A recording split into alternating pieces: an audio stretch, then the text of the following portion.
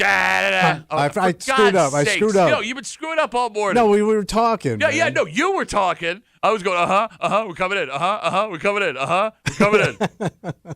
It's a Friday morning. You made it. You're hanging out in the break room. Rochester's Classic Rock 96.5 WCMF. How's it going, buddy? Pretty good, buddy. What's going on, female buddy? Doing good, buddy. 52 degrees right now. Going to get up into the mid-60s. It will be a cloudy day, a drizzle on and off throughout the day, depending on where you are. Okay. But nothing too bad. All right. Was it raining for you guys when you came in? It was just misty. A little misty? Hey, misty. Bro, you're screwing up all over the place. I think the good weather screwed me up yesterday. Is that what it was? Yeah. Yeah. You took your eye off the ball? Well, no, it was nice. I had a cigar outside. You're hungover, aren't you? Which led to a beer. Okay, there it is. And then it led to a bourbon, which I never drink. One bourbon, one beer. And then I had a couple of regulars. In Pittsburgh. It was nice. It was such a nice night. All right, well, that's great. We get hungover Friday. No, I'm not hungover. I'm not hungover. The fact that you immediately yelled into the microphone. No, shut up. I don't have a problem. I'm very relaxed. That's it. Okay. Yeah. So relaxed, in fact, that you are not doing the one job that we rely on you for. What'd I do? All right, so we are very regimented here in the break room. Yeah. Yes. Well, at least Tommy and I are. Mm. Yeah. We kind of have our morning thing, right? And we all have our own little. I joined for a little bit of the gossip, and then I got to go do my thing, so I missed some of it. And but, like past I our get the initial highlights. You're right. Past our gossip schedule, we also have our own individual jobs that we contribute to this room. Yes. And Tommy doesn't. I wasn't aware Tommy had a job. Well, that's just it. I was not either. He doesn't do any jobs that involve our actual job. Okay. He has two very important jobs. Yeah. One, Yeah. he provides hand sanitizer for the room because our commercial breaks are so short. And by provides, we mean steals it from somewhere else. Yeah, where do you get your hand sanitizer from? Well, sometimes I buy, but sometimes I just take it from upstairs because they don't need it. So he's hand sanitizer guy. Yeah. The second, we have a tradition weekly. On Friday, right before the last break, we have a bag of what we call Puffy Mints. Yeah. The ones you get at like the Italian restaurants on the way out. Yeah. And we open up the Puffy Mints, and Tommy gets 2 Puffy Mints. Kimmy gets 1 Puffy Mint. Yeah. And that is our reward for the end of the week. Job well done, gang. And I don't know how that started, Yes. but it's just become part of our routine. Yeah. So the last 2.5 weeks, no Puffy Mints. No. We're out of Puffy Mints. We got to go get them at Wegmans. Well, you say you. I keep telling you, yes. You, like 2 years ago, decided you were going to be in charge of the Puffy Mints. Yes.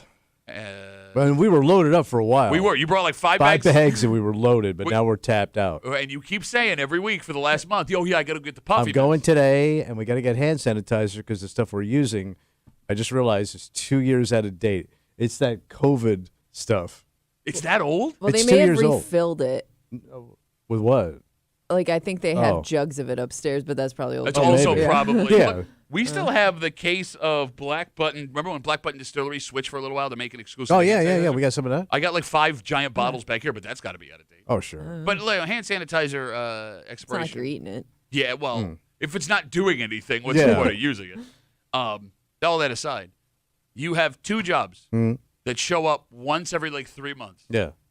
and you're somehow blowing Clean that. hands for Puffy Mints. Yes, I'm a little behind, that's all. a little behind, bro. I'll catch up today. You go to Wegmans every day, and you're the one, by the way. I wasn't going to mention anything. You're the one that keeps bringing it up every You week. volunteered. Here come the Puffy Mints. Here come the Puffy Mints. Here they come. Here they go. Oh no, I forgot the Puffy Mints. But they're hard to, they're bottom shelf over. I don't go to the candy aisle. Bro, you're Mr. Bottom Shelf. You don't even have to bend over. It's just reaching a hand down.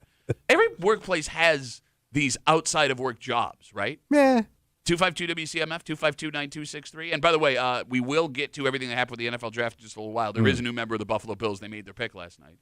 But, like, if you have that, your responsibility for your outside of work job, bringing something in that everybody uses. It's not in your job description, but now everybody's used to it, so you have to continue it kind of thing. That is far more important than the actual job you do that you get paid for. Is that a fair statement? Yeah. Right? Yeah, it's like added value. You bring something to the table. Oh, no, I would argue that there are people who only have their jobs.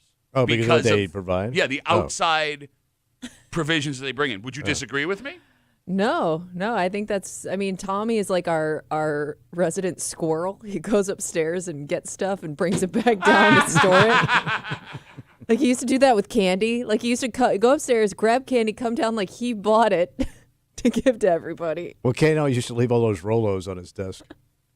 And then I grab all the napkins and paper He'd go towels. upstairs, and then he'd tuck it away down here, Yeah. so hoping nobody finds it. No, it is like a panty raid in that drawer upstairs. You come, God, look what I found. yeah. As you're eating celery, also like a squirrel. Remember, I found I scored all those spoons for a while and all those Yep. plastic forks we needed. Can we But you talk- keep stacking up the napkins, but why? You always need napkins for something. No, like But you haven't even gone through half of them before you grab another stack. She's right. And I've never actually seen you. You use like one napkin a day because you're a dainty-ass bitch. Well, yeah. How many napkins do you need? Multiple napkins. You got a little mouth. I don't need one napkin. Can we talk about the spoons for a second? Yeah. Like the reason why you need to have, every coworker has that job of I'm going to bring in this thing that does. Eventually, your company stops providing things when they find out people are using a lot of it. Yeah. For example, you brought up the spoons. So I have my yogurt every day. Yeah. Right. No big deal. I go upstairs and like once every 2 or 3 weeks, I'll grab a handful of spoons. I'll just put them on my desk down here. They stopped buying plastic spoons. Yeah. They stopped. So the only time they have on. that stuff is when they have events here, and then they buy a big box of it, and when you have to wait for the next event. All right. Here's the thing. What a box of plastic spoons costs like $2 or like $100. At the most. Okay. It's not that I can't go get them, Yeah. but I refuse to pay for my own plastic Yeah. spoons when the plastic spoons have been provided for so long. Yes. Here. Also, we have metal spoons upstairs. I ain't touching that crap. Man, you know how many nasty ass radio mouths have been all over that stuff? Radio mouth. Think of the guys that came before us with their disgusting ass mouth. Well, you don't want to go tongue on tongue with Tom George. No, man. Like the fact that you're not going to keep buying the spoons cost $2. Yeah. I will not use the metal spoons because I don't feel like washing it. Yeah. What are you going to do when you run out? You're going to have to go. I don't know. I haven't planned yet, but I got to do something to get back at the company for stopping. You should buy a bag of. Remember those wooden spoons you used to eat ice cream with in Oh, elementary yeah. school? Never-ending spoons. Yeah, but you never get a good pull on No, it's tough. It's not easy, but there's an art to it. And here's the other thing. When you buy, sometimes I buy that whole set, forks, knives, and spoons. Yep. So in the end, nobody ever used those knives. So there is like 1,000 plastic knives. Too many knives. Because nobody uses them. I'll go a step further. I don't know why they make plastic knives at all. I know. Plastic knives are completely pointless. They don't work. Yeah. They don't cut a thing. They No. snap. Yes, unless you're cutting a piece of cake. And who cuts cake individually? Yeah. Yeah. Nothing is. You don't need it. No. You don't need it. But they force you to buy them. A big knife is what it is. Oh, you know it. 252 WCMF. Tommy has one job in this room. It is to bring in puffy mints that he gets from Wegmans that we eat once a week and hand sanitizer. And on both of those for the last month, he has been slipping. Yeah. Keeps forgetting. He even brought it up this morning. He went to get his headphones out of the drawer. We keep the puffy mints in. He's like, oh, no. The other thing that's been a little bit bothersome. What? Again, we're giving you a ton of really hot Yeah, behind yeah, the scenes yeah. action here. I got my 2 Diet Cokes I drink. Yeah. So I 2 a day. I used to bring them I used to buy them, Kimmy, from the vending machine. Oh, But got that's- expensive. They started getting too expensive. Oh, too much. They want $1 a can, bro. $1 a can. That sounds pretty cheap. $2 a day, every day. That's $20 a week. Oh, my God. That's You got it. $80 a month. That is, what's 8 times 12? Less than 100. Nah, it's like $1,000 a month. No, is that a It would year? be, yeah, $1,000 a month a month. year. Still a lot of money. You could be Yeah, doing a that's- bag of Coke a month. It's a lot. So what do you go to BJ's and buy a case? No, I'll go to Wegmans and I'll get an extra 12-pack and I'll put it in the fridge. Right? Oh, all right. All right, so it's 12 cans. All right. 12 cans. Yet somehow, at the end of the week, every week, there's only 1 can left. Yeah, because people are going in here taking Somebody's it. taking my soda. Yeah. And if I knew it was you guys taking it, doesn't bother me at all. If someone, It's some sneaky person taking it. but why not just everyone knows And it's it's going mine? to be the person you least expect, too, that you can't get mad at. Can you drink warm soda? No. We should buy a fridge, put it in here. No. Yeah, you break should room get a little, fridge. yeah, a little plug-in. Little baby fridge. Okay, well, if we're going to talk about cost effectiveness, Mm-hmm. right? If I don't want to spend the money on this, I'm not going to invest $60 to You can $100 on a No, fridge. you can buy a cheap one. Not to mention, do you think that's going to stop anybody when we're not here from walking in and taking Probably a soda? not. I don't know. Nobody really ventures over into that corner. It's kind of the That rat's nest you Yeah. built up over there. By the way, half your crap's over here, too. Well, what's Definitely my hide crap? it under some No, stuff. all that stuff you claimed you were taking home. Oh, my God. What are you, my wife? There's- You said you'd clean it up and you didn't do it's like it. a- There's Bill's crap Yeah. and Saber stuff. None of that is mine, man. Sir. There's a goddamn bat thing. It's a beer bat. Yeah. This whole drawer is full of like Wheeze era tchotchkes that It's you like guys the collected. hoarder's corner over there. Yeah. It really is. And by the way, you keep your headphones in my drawers. You better watch your mouth. All right. Just saying. My drawer. So with the soda, Yeah. here's what bothers me. What? If anybody in the building would be like, hey, do you mind if I grab a soda every once in a while? No problem. Yeah. No problem. It's the fact that somebody keeps taking it without asking that's really chapping my ass. You, Yes. you could do something that may put an end to it, but I don't know if you want to be that guy. Ultra lame. Company-wide email. And label it. Yes. So I started labeling Or label it. I did label it. You did? Yeah. And somebody still took it? Yeah, it said I put Duffy on it. That's me. My soda. I can't do company-wide email, guy. Yeah, you could say, hey, I'd like to notice bring to somebody's your taking my attention. sodas. But it's like one can of soda a week.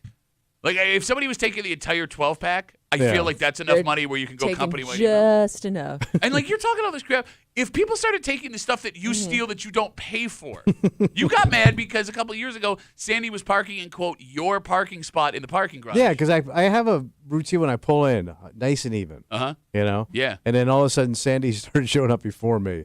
And yeah, because everybody's got their spot. No, that's not your spot. I know, but it's like my spot. No, but it's not your spot. Even like when I go to Wegmans, like, because I go early, Uh-huh. I always have like my spot. And when somebody else is there, I go, the hell, man? Oh, you should send out a Wegmans-wide email. Hey, excuse me, can I have your customer email base? Whoever is parking at 10:07 at the Pittsburgh Wegmans. Now, it is funny how everybody at the job Yeah. will fall into their routine. Oh, sure. And when anytime that routine, the outside routine gets thrown off, it affects absolutely everybody, Mm-hmm. right? Like somebody stealing that soda screws my week up a ton, and it's also costing whoever runs that vending machine $1, which Oh, is yeah. hitting their bottom line at some point, right? And I Hurting know them. somebody else in this building knows who is taking my soda. think? Oh, somebody has to know. Well, Somebody it has to. it has to be a salesperson upstairs. Well, no, I could also see Moose because Moose asked me one time, and I was like, yeah, sure. Oh, you said yes once. But that doesn't mean any time. That might mean any time. Yeah, that kid You looks gave him the total go-ahead. chintz. Moose's chins? Oh, yeah. Most of the people on this floor are tightwads I don't know. and chintzes. I see Moose on Instagram going all kinds of fancy pictures all the time. Yeah. But he's saving money on soda. But look at this crew around here, man. They don't spend. They're all tight. Bro, we just talked about how you steal napkins, It's different. and you haven't been able I do to. it for the crew. You haven't been able to afford. I've never touched one of those napkins in my life. Yes, you have. You haven't been able to afford mints for a month. Who's chins? No, we got paid today, so I got mint money. A mint. No, now I'm trying to think. All right, of the on-air personalities that are here in the morning, They're all cheap. you got Breezy and Moose. Yeah. Cheap. Scott and Sandy. 2 Italians in Yeah, one no, room. Yeah. I work with them. They are super cheap. There's so much used tinfoil in that place. And then down at the country station, you got Oh, man. Cross the board cheap. Billy Kid, Yeah. Hope, TJ. DJ's got to be the cheapest Is of the DJ whole. like TJ? Is that a new coworker we have? Stupid. What's her name? You TJ. TJ. you know her sounded name. like I said you TJ. You said DJ like we were talking Well, about. she's a DJ, Full so House. No, she's not. She's an on-air personality. she looks the cheapest of everybody. Like, she looks like the one that really pinches the pennies. She also looks like somebody that would punch you in the face. Yeah. Well, I'm just saying she's frugal. Oh, I'm just saying. Hopefully What? she doesn't No, hear you didn't this. say I'm she's just frugal. saying. You said she looks like the cheapest of the bunch. Yes. I'm not asking any follow-up questions. No, I'm just saying she looks like somebody that doesn't spend. Why? I don't know. She comes across that way. Oh, is that what it is? Oh, I wish I could put my finger on it. I, said I it told out you, loud. she looks like a type of person that would walk out of Old Navy saying, too rich for my blood. I'm not spending $13 on a hoodie. I can make them at home on my loom. Breezy's, Balloon. Breezy's got no problem spending money. Yeah, but she looks like the type of person that loves to spend other people's money. Oh, I'm sorry. Hello, No. Pot. This Whoa, is whoa, Kettle. whoa. money I might know, and I spend. would say no. She spends a lot of money. I don't What think money- it's other people's She's a money. rich kid. So are you. Was. My parents are gone. You're right. It's and not like so's the fortune. you live in a house in Pittsford. Did you just call somebody else a rich kid? Yeah. You have your collar, your cuffs folded up, and they're a different color on the inside. Shut Just up. standard work shirt. Shut up and get your wife to buy us more mints. But you know, if you're on a country show, you're cheap. But that's the image. You don't spend. The image, not like Yeah. classic rock where you need a houndstooth shirt and organic vegetables every day from. But you know, you probably got chickens and you have a cow with the milk and everything. Cow with the milk giving. We have a dynamite. Save your money. Got a breaker for you this morning here on CMF. It's Friday. You know what that means. Oh, creepy. Yep, creep cap coming at you just after 7 o'clock. Also, just after 7 o'clock, the state of New York has another need for this type of job. Oh. And here's the thing. The strike that went on is partly for this, but they were having problems recruiting people even before. It's been going on for years. So you need to have a solution to a problem. And they're going to change something, at least they want to open up the ability, the pool of candidates that can apply. And there are those that are saying allowing someone this young to do this job. Yeah, how young we talking? I mean, you're legally an adult. Yeah, but that doesn't mean much. Okay, I'm interested to see. I was a legal adult. You're not. You are. You're still not a physical adult.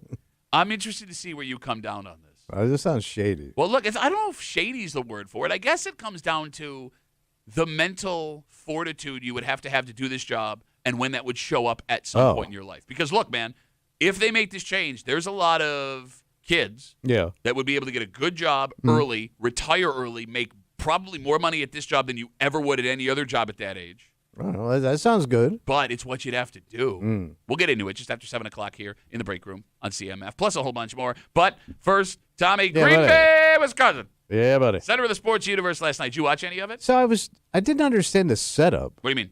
Well, why didn't they do it in the stadium? They did it in a parking lot. I did have some questions because there were people in the stadium. I didn't understand why. Okay, so we'll recap all of that for you.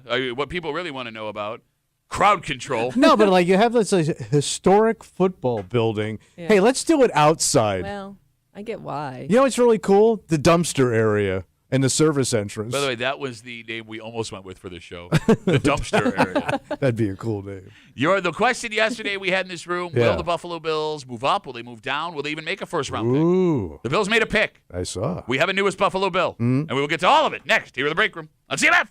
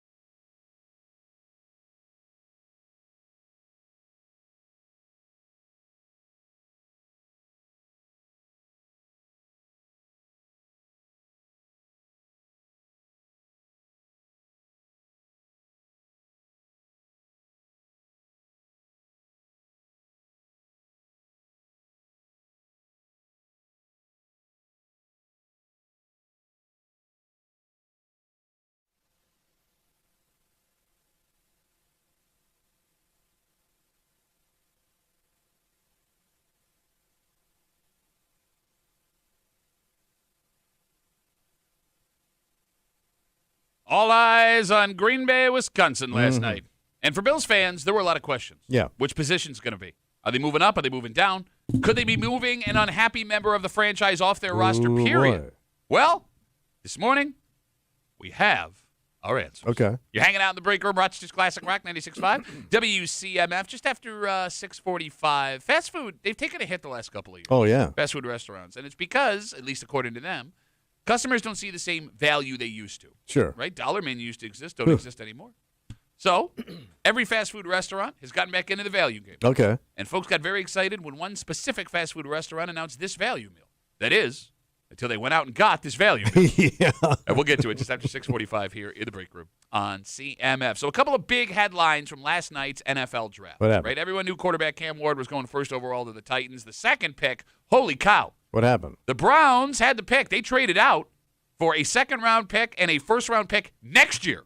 Oh. They passed on that two-way player, Travis Hunter from Colorado. Damn. If I'm guessing, Kimmy, the Browns acquired another first-round pick. They're going to try and make a play for Archie Manning next year as their quarterback. Very possible. That's the little man. Yep, that is. They're getting ready Archie Jr.? to draft their guy next year. He'd No, be the second he one. would be the second. His dad is Cooper, the one that didn't play in the NFL. Oh, okay. He is Peyton and Eli's nephew. All He right. plays at Texas right now. So, also, the big question, where was Deion Sanders, speaking of lineage, son, quarterback for Colorado, Shadur Sanders going to land last night? So they had to step him up quick. He didn't land anywhere. That's insane. He is still on the board. Was not drafted in the first round. We'll talk more about that later in the show. But as Bills fans, that's what we care about. Yeah. And by God, if we were going to stay up all night, we'd better see an effing draft pick this year. There was a little clue early, Tommy, that the Bills were going to make a pick in the first round. All right. The Bills put up a photo of a young man in the Make-A-Wish program earlier in the evening. Wait. What does that got to do with it? I'm going to tell you. Make-A-Wish is like the cancer. Yeah, kids that are sick or have gone through, things like that. The kid's name is Tommy, and as part of his Make-A-Wish, he was going to announce the pick for the Buffalo Bills last night on stage. So the Broncos did the same thing with the Make-A-Wish kid from where they're from. Yeah. They flew the kid out to Green Bay with his family. Wow. You fly that kid from Buffalo to Green Bay, you better not trade out of that he's pick. Oh, yeah. All right. So anyway, around 11:30 last night, your Buffalo Bills are finally on the clock. And here is Tommy from Buffalo to tell you your newest member of the Buffalo Bills. With the 30th pick in the 2025 NFL Draft, the Buffalo Bills select Maxwell Harrison. Let's go! Let's go! Who? Maxwell Harrison, corner, University of Kentucky. Mad Max! Okay. 5'11", 183, ball hawking defensive back. And this was Max on ESPN last night, talking after he was drafted. They started by asking him about his handshake with Commissioner Roger Goodell. I think I did good. He almost lifted me up on the hug, but I think I did good. I've been waiting all night for that one. Man, Buffalo, they getting the ultimate competitor, the ultimate teammate, and they getting somebody that's going to give Josh Allen the ball back.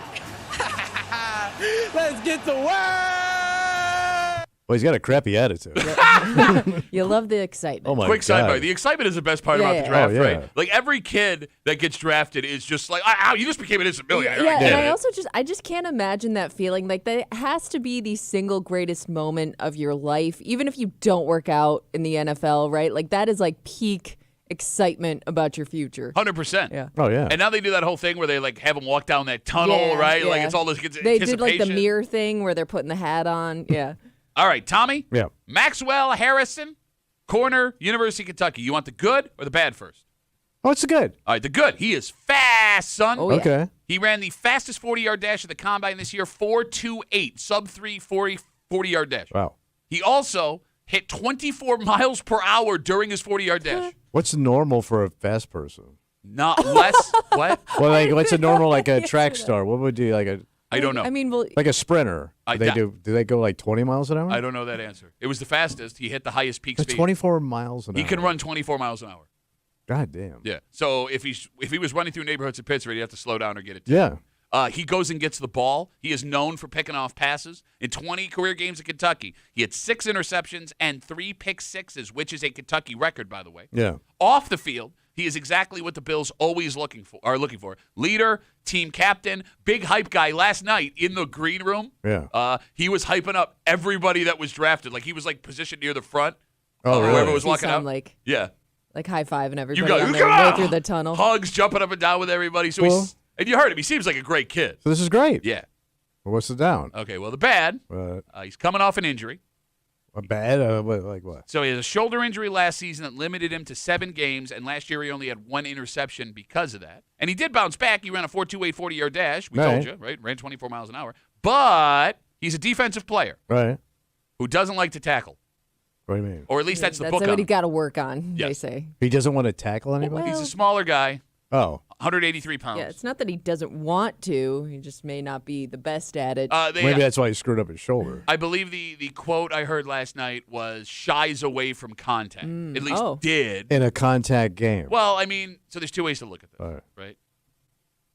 Guys like Deion Sanders never tackled anybody in their entire career, right? Like when he tried to tackle someone, he would hurt himself. So if you're fast enough where you could be like that ball hawk at DB, you don't need to. But if you are a Bills fan, which I know you are, you'll understand. Yeah. The Bills count on their defensive backs and run support. So either this kid's got to learn how to tackle, or we're gonna have some serious problems. Yeah. Sounds like they need to put some weight on him. Yeah, but that also might hurt his 24 miles an hour speed. No, like some muscle. It's a delicate balance. Yeah, weight Yeah. slows you down, even if it's muscle. Yeah. You know, half of dozen of one, 6 of the other. Right. You know what I'm saying? So he's a good guy, but doesn't like contact. Yeah, but can go get the ball for you when you Okay, get it back. all right. You got that. All right. So some draft experts last night, draft experts, they were all over the place where he was going to land. Yeah. Some had him going as early as 20. Some had him falling all the way into the second round, like he was a day 2 pick. The Bills may have reached. They may have gotten the steal of the draft. Oh. I was reading this morning after I got up. A lot of draft experts love this pick, but it's stupid because you never know how any of this is going to be until 4 years from the day you draft. Right. Yeah, true. You know what I mean? There is a pretty good chance that on opening day, as long as things go to plan, Maxwell Harrison is your starting. Is it Harrison or Hairston? Hairston. Oh, What am I With a saying? I T? thought you were saying Harrison. Hairston. Hairston. Hairston. Yeah, that's Hairston. a weird name. You don't like it? Well, it used to be Harrison, not Harrison. Well, Hairston. he didn't really get to. Hairston. He didn't get to Hairston. pick it. I understand. But there's a pretty good chance on opening day that he is your starting corner. Oh, Yeah. really? Across from There's Christian an Benford. opening there for sure. Yes, and if he's not the starter, Yeah. he will be getting the majority of the snaps. I mean, if everything goes to plan, you don't take a guy this high with that kind of profile and not put him in Okay. the lineup So immediately. it sounds like it might work out. Well, yeah, because I just told you everybody's going to Well, work I mean, out. no, but it's like the bad isn't even all. I thought bad, like, other stuff. Coming on. Oh no. But I mean, a shoulder injury doesn't even sound that bad. well, in football, it's a pretty big deal. Well, I mean, if you told me like his legs, his ankles, something like that, you don't put any weight on your shoulder, you should I be do. fine. Just stretch it out. Let's go. The Bills' last few draft picks, early draft picks, they do seem to draft guys that look like they like to have a good, like not a good time, but like they're very like upbeat, positive Type A's. guys. A lot of Yeah, type like A's. they don't seem like they take themselves too seriously. When you're building a business, you need to find a PMA, positive mental attitude. Personality hires, Oh, if yeah. you will. No, Yeah. I mean, look, give me that audio again. Again, this is Maxwell Harrison. He is the newest member of the Buffalo Bills, corner from Kentucky, last night at the NFL Draft. I think I did good. He almost lifted me up on the hug, but I think I did good. I've been waiting all night for that one. Man, Buffalo, they getting the ultimate competitor, the ultimate teammate, and they getting somebody that's going to give Josh Allen the ball back.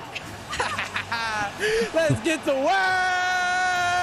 Yeah, who's the kid last year with the big personality from Florida State? Keon Coleman. Yeah, he's also that kind Yeah. of guy. Yeah. No, you're right. It seems like they want Yeah. a certain type of person. Like Yeah. everyone's just excited to be there. So the other funny thing, last year, later in the draft, the Bills took running back Ray Davis. He had a great rookie season. He also went to the University of Kentucky, played with this guy. Oh.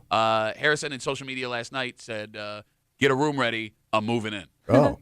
So they're going to be bunking up? Besties. Okay, here's the thing though. Right. Kimmy, can you Google what the 30th overall pick money is? Because there's like slotted.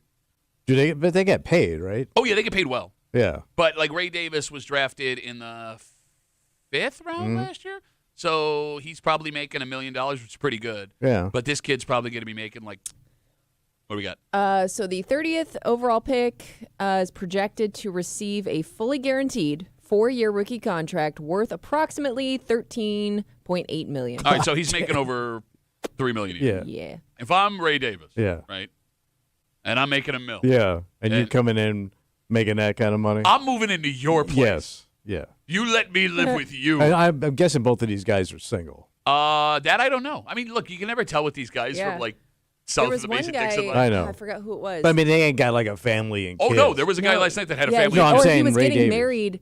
You got kids? I don't know. I don't know. The one guy though, I can't remember. It was one of the early picks. They were saying like he's getting married next month. He's got a son. He's got Yeah. a family. Oh man. Was it I Travis? It feel might have been bad for Travis those- Hunter. Was it?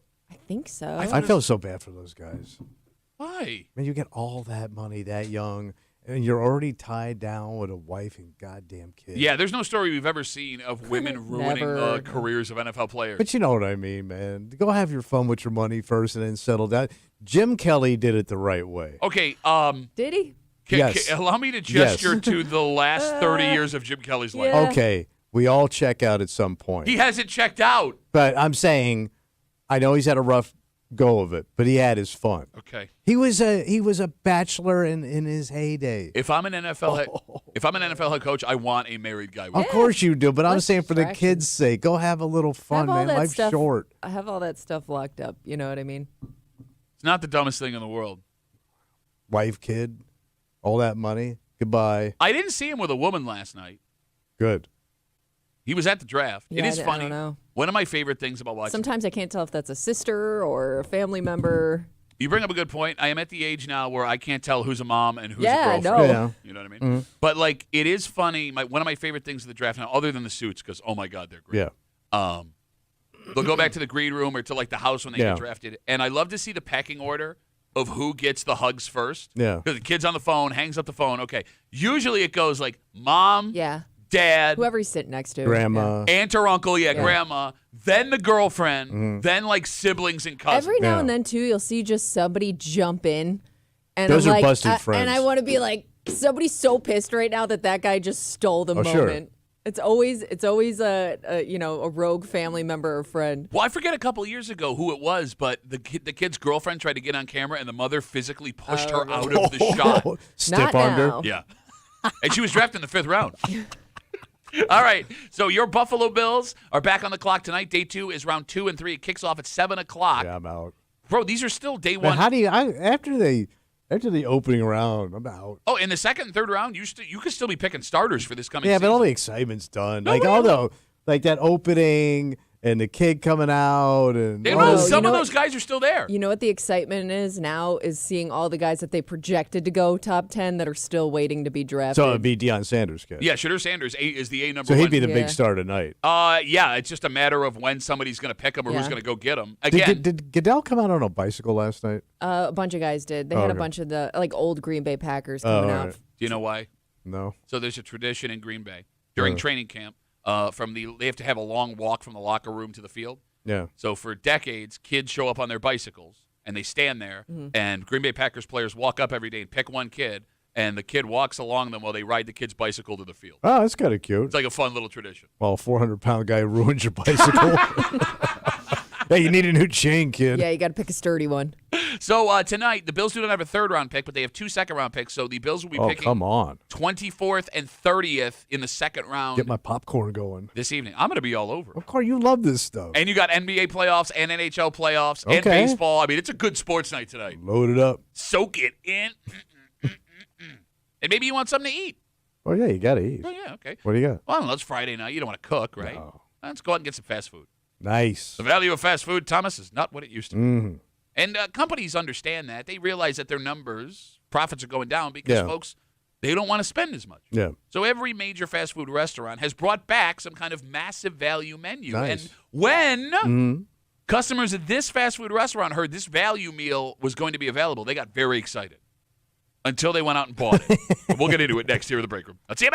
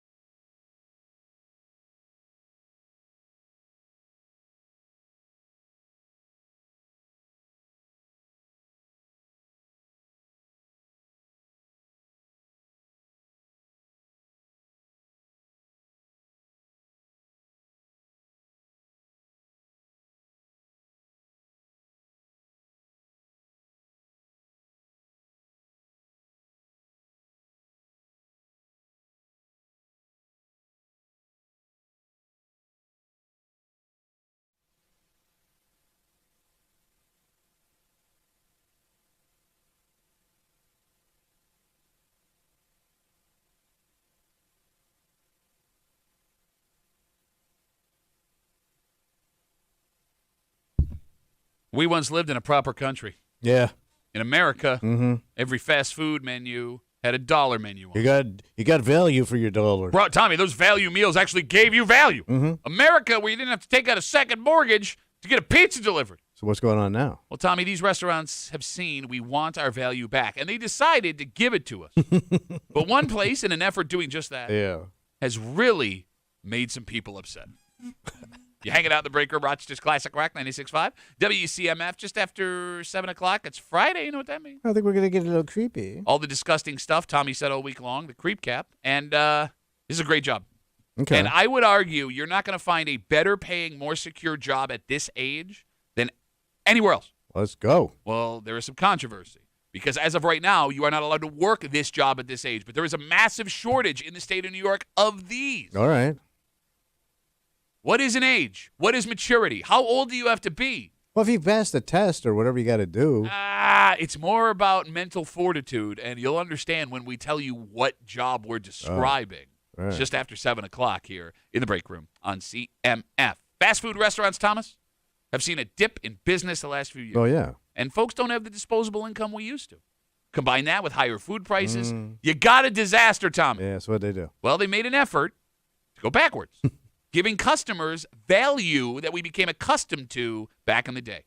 And with one chain, it has caused a massive backlash. Back in March, KFC released their new value meal called the Dunk It Bucket. Dunk It Bucket? Dunk It Bucket. Okay. All right. Sounds appealing. It is chicken tenders, fries, mashed potatoes, 2 potatoes. You get double potatoes, bro. Right. And you get like this fried-looking chicken nugget thing, but I don't know what it is. And because it was the Dunk It Bucket, you also get 3 sauces or gravy.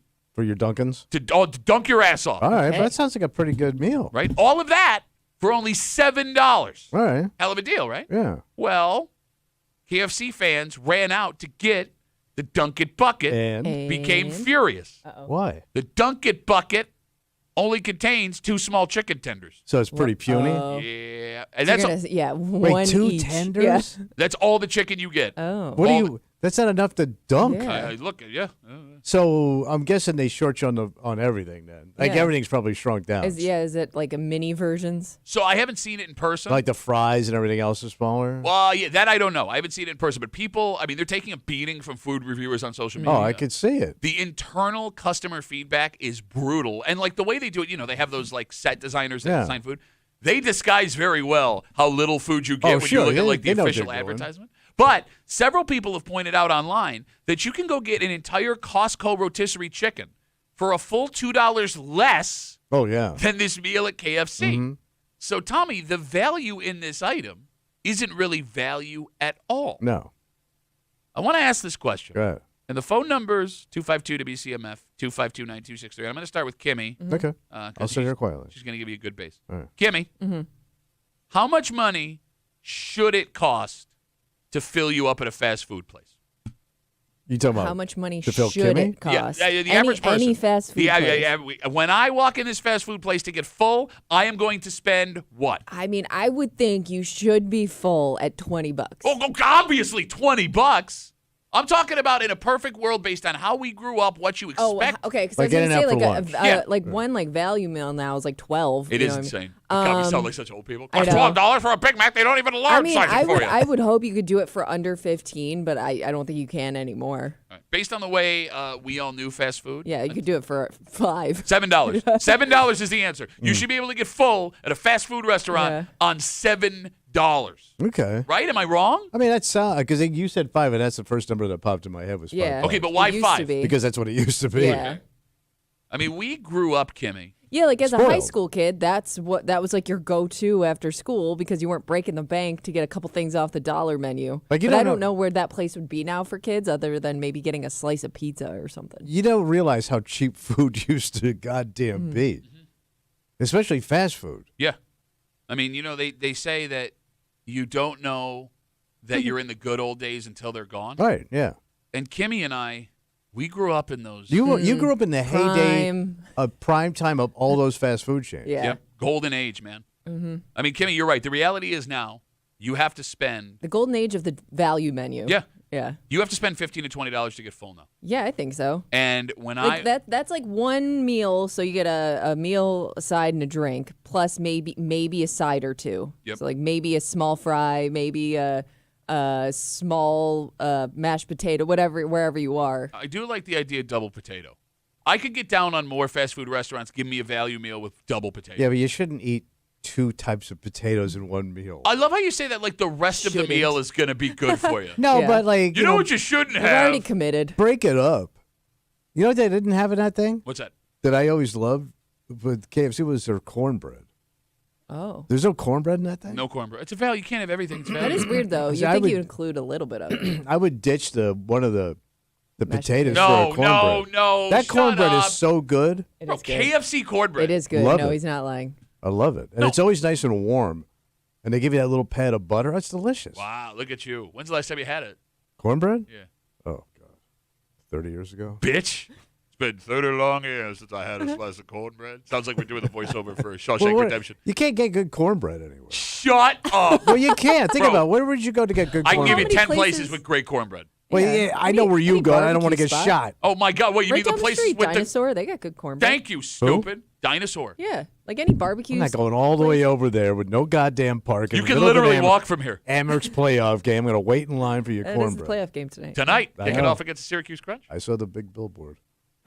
All right, 252 WCMF. We started this conversation talking about the blowback KFC is facing. They started a new value meal with customers demanding bring prices down. Call it the Dunk It Bucket. You get chicken tenders, fries, mashed potatoes, some kind of nugget-looking fried thing, Yeah. and 3 sauces or gravy to dunk it with. So you get 3 sauces, but you only get 2. How did they not even at least give you one more just to even out the sauces? It is cruel, right? On the chicken thing. I agree with you. People who went out and got it have been bashing the hell out of it. Here's the other thing that exists now that didn't exist, Kimmy, during the golden age of value fast food. There was no YouTube. So, like, now there are thousands, tens of thousands of food reviewers. Oh, yeah, you're getting busted immediately. No. And How like- did they Yeah, not you're know gonna. that? You can see the actual size of it if you Yeah. wanted to do the research. Elijah writes us on Twitter. You can always get us at WCMF, at Breakroom WCMF, or at Duffy on WCMF. He says McDonald's has the best deal: $5, double cheeseburger, fries, drink, 4-piece nuggie. All right, that's not bad. Yeah, that's Wait, not bad. are you sure that's right? That What'd he sounds say? like a lot of food for $5. Why would Elijah lie to us? I don't know Elijah well enough. That sounds like too much food. It's not as much food as you think because it's the baby fry. What'd you hear? Okay, Oh. I know Kimmy The brought up. junior fry. I don't know why you even do the baby fry. It's like 12 fries. Yeah, it's not good. No, I'm just saying, like, it's like, oh, you want to taste what fries taste like? Here you go. That's all you get. I told you I worked with that one kid, man, and he would get the large fry, and then at the counter, right? He would tap it down and go fill it, and they had to fill it up. I So wish he got like double the amount. I wish I had those balls. I wish I had those I know. balls. I know. Now, by the way, there are some fast food places that have kind of figured it out. Okay. Taco Bell has what's called their Lux Cravings box. Ooh. They you get a box of food. Yeah, they run from $5, $7, and $9, and each one of them, it's a lot of food. Well, Taco Bell always was like the best bang for your buck. Yes, yeah, but even Taco Bell now, like you used to go through Taco Bell and just get like random individual items. Mm-hmm. I did that a couple weeks ago, and it came to like $19, and I was like, "Whoa, what? Damn. What happened? What happened?" Yeah, no kidding. By the way, when it comes to sit-down restaurants, Chili's is crushing it. But do we have? We got one chili? We always have this discussion. We got a Chili's in Victor. All right. We got Chili's in Grace. I ain't driving all the way out there. So Really, until I tell you what the meal is. It's the 3 for Me value menu. You get an app, an entree, and a drink starting at $11. okay, It's pretty good. That's a Oh, yeah, damn good deal, bud. $11 for a sit down is pretty good. Right? So it's not like this can't be done. True. I think what the fast food places maybe need to realize, and Kimmy, I know you're with me on this, the quality of the food Yeah. does not matter as much as how much food you are giving me. When you're Yeah. going fast. Yeah. Yeah. Yeah, probably. Yeah. Like if you get like Taco Bell, for example, it is not groundbreaking food, No. right? No. Yeah. Sometimes it varies in size. Yeah. I don't care what you put in the bag. I'm going to give you $10. You fill my face with something till I'm full, and we'll both be happy here. All right. Like yeah. I think that's all you Yeah. need to do. Well, because Like, you're getting enough sour cream and guacamole to make yourself satisfied. guacamole's extra. Everybody knows It it. is? Yeah. I don't think I've ever had guacamole at Taco Bell, unless it's already on something. I always thought they had that guacamole gun they scored it with. They do have the gun. Kimmy got me one for Christmas a couple Yeah. years ago. Greatest thing I've The ever guac gun. Mine's semi-automatic. No, you don't get individual guacamole. Yeah, at I've Taco never Oh. asked for it. I haven't been at Taco Bell in many years. You know, it's how do I never remember not to talk about food? Yeah, do you ever miss it? Food? Like any Real Yes. food? No, like any Yes. fast food. Yeah. Like, okay. I used to love it.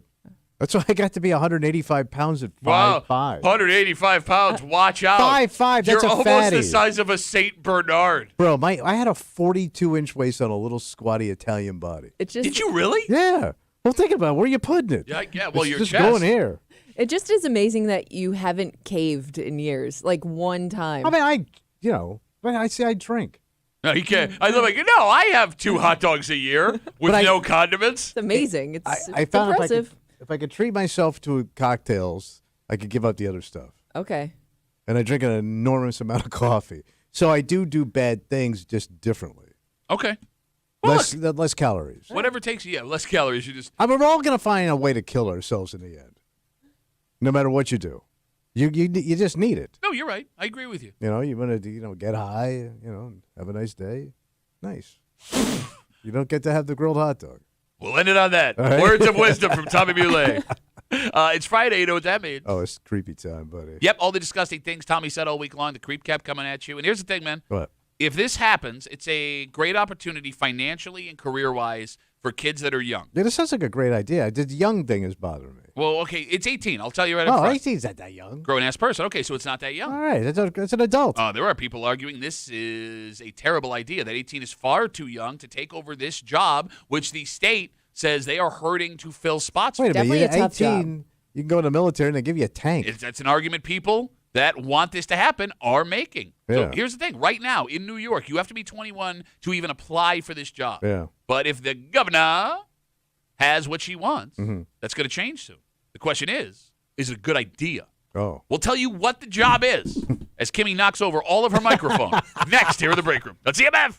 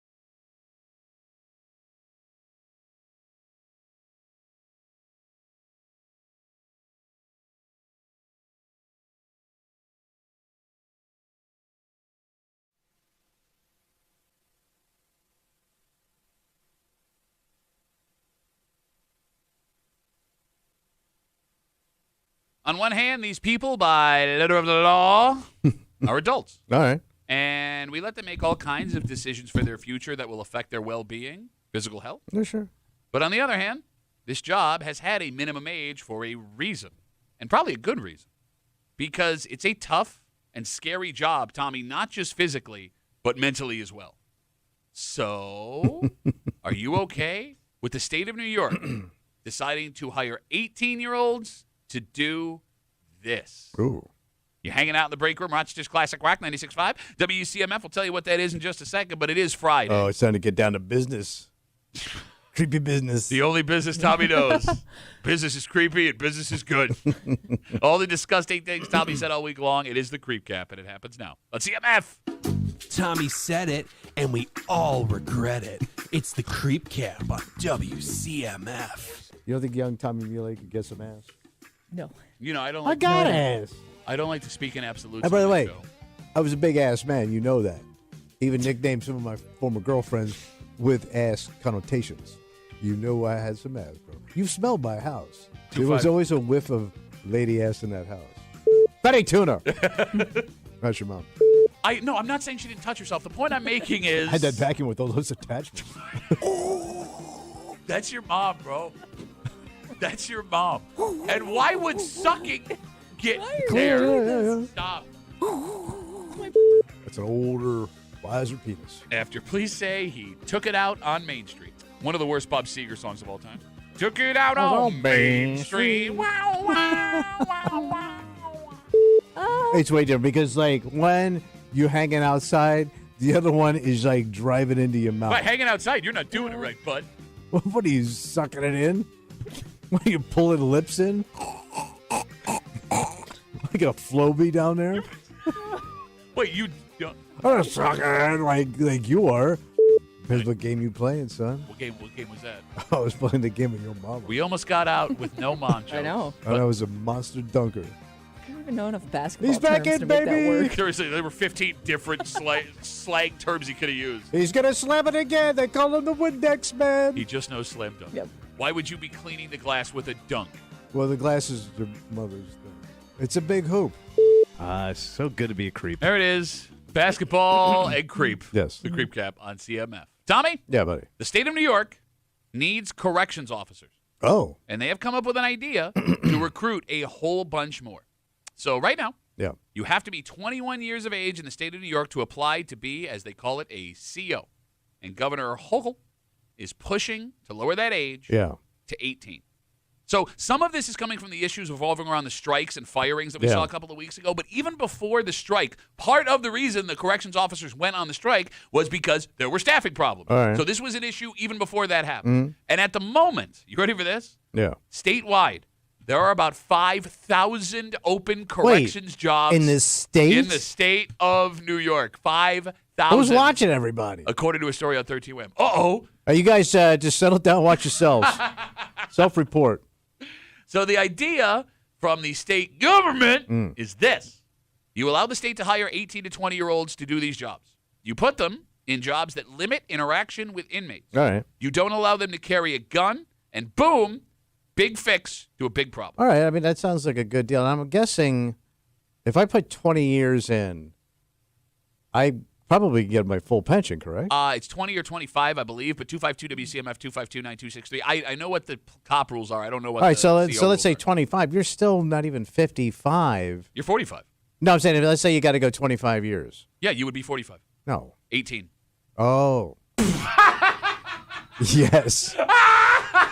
18, 40. You'd be 43 if you started at 18. Yeah, so that's huge, man. You're Yeah. not even 50 years old. You could be retired. Yeah, no, Yeah. I understand. I mean, there's a lot of cops that do the same thing. I mean, You that's get a job great gig. Yeah. And that pension's solid. If Kimmy's husband had dragged his ass for 10 years, he'd be Yeah, retired right what- now. Seriously.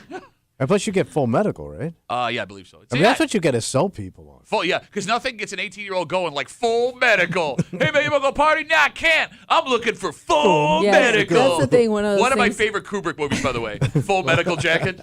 That is definitely one of those things you don't appreciate until you get a little older. True. All right, so you hear this and you go, no brainer. Yeah, because it sounds like they're not going to be with the inmates directly. Okay. So you're filling out these other positions, why not do it? So this is a very controversial idea, it turns out. Yeah, but you're 5,000 short, man. A bunch of state lawmakers say What? that 18 is far too young to put someone in a job like this. You can go into the military, man. Okay, so that's the argument from Governor Hochul. She is arguing if I can hand a kid a rifle and Or a send case of grenades. Yep. Do they use grenades? I don't know. I don't know. I'd buy the case. Yeah.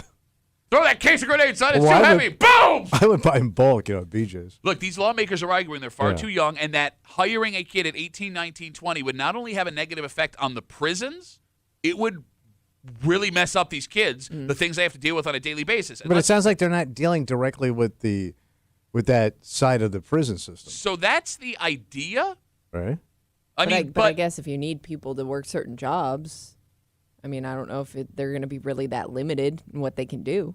And I mean, look, you see some terrible stories about what some of these men and women have to go Yeah. through working in these Oh, I jails. can imagine, yeah. All right. So with all that being said, the phone number is 252-WCMF, 252-9263. You're right.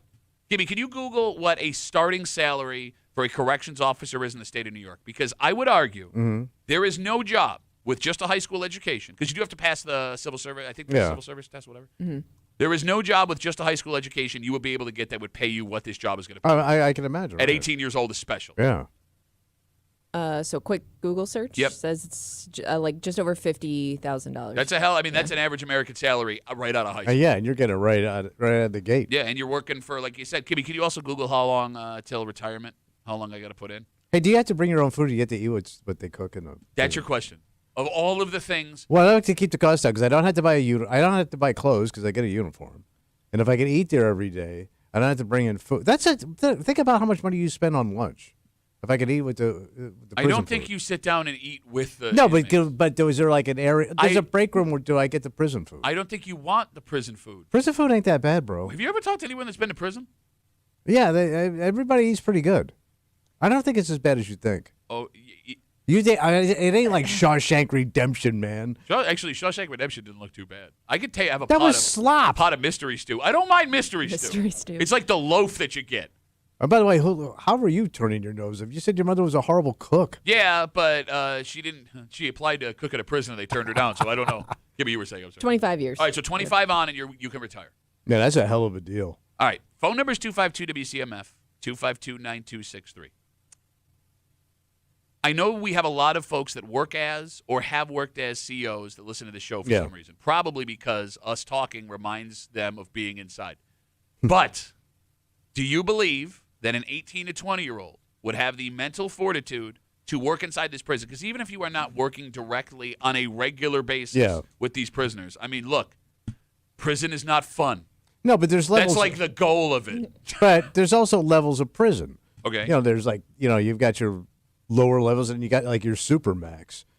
So like I did 2 shows at, I guess you would call them like medium security prisons. Yeah, Kimmy, the only way they could get the audience not to walk was to have Tommy perform in prisons. And somehow 3 still walked. And it wasn't. One guy risked getting shot jumping the fence to not have to hear his closer. Didn't look that bad. I don't care. Did you say it didn't look that bad? No. From like the one room you were in? Yeah, but all the guys were in there. Okay. I will say this: when I went to Attica to interview Joel Rifkin, frightening as hell. Okay. But the other places I worked, they were fairly modern, and they almost looked like schools. Okay, but again, it's not looking around and being like the wall is scary. It's different when you're working there. It's the people there. I understand, but there's levels of convicts too. I understand. Guy that ate his parents, and then there's guy that cheated on his taxes. Okay, but again, We know a couple of guys that went to prison, pretty soft. you think you could handle working in a prison? I could do soft prison. No, you couldn't. Yes, I could. Bro, you can't do soft radio. You'd be out the second they showed you the uniform. That's not my color. 252-WCMF, 252-9263 this week. Governor Hochul proposed, due to a shortfall, I guess, of corrections officers in the state of New York. They are 5,000 short right now. Yeah. Lowering the age from 21 to 18 to apply to be and work as a corrections officer in the state of New York. The idea from the state of New York is you hire them at 18, you put them in jobs that limit interaction with inmates, they do not carry a gun, and that's the fix to the problem. I am curious, I mean, are all 5,000 of those jobs where you're limited interaction with inmates? And if not, does that mean you're pushing people that had those jobs into those jobs that they wouldn't want? Because that would also create a problem. Oh. You can't tell me all 5,000 jobs aren't away from inmates. Oh, yeah. It sounds like they're coming up short across the board. And I'll go even further. Yeah. What job would you have as a corrections officer? How many would exist that you're not interacting on a regular basis with the inmates? I ask. I don't know. Yeah, I don't know either.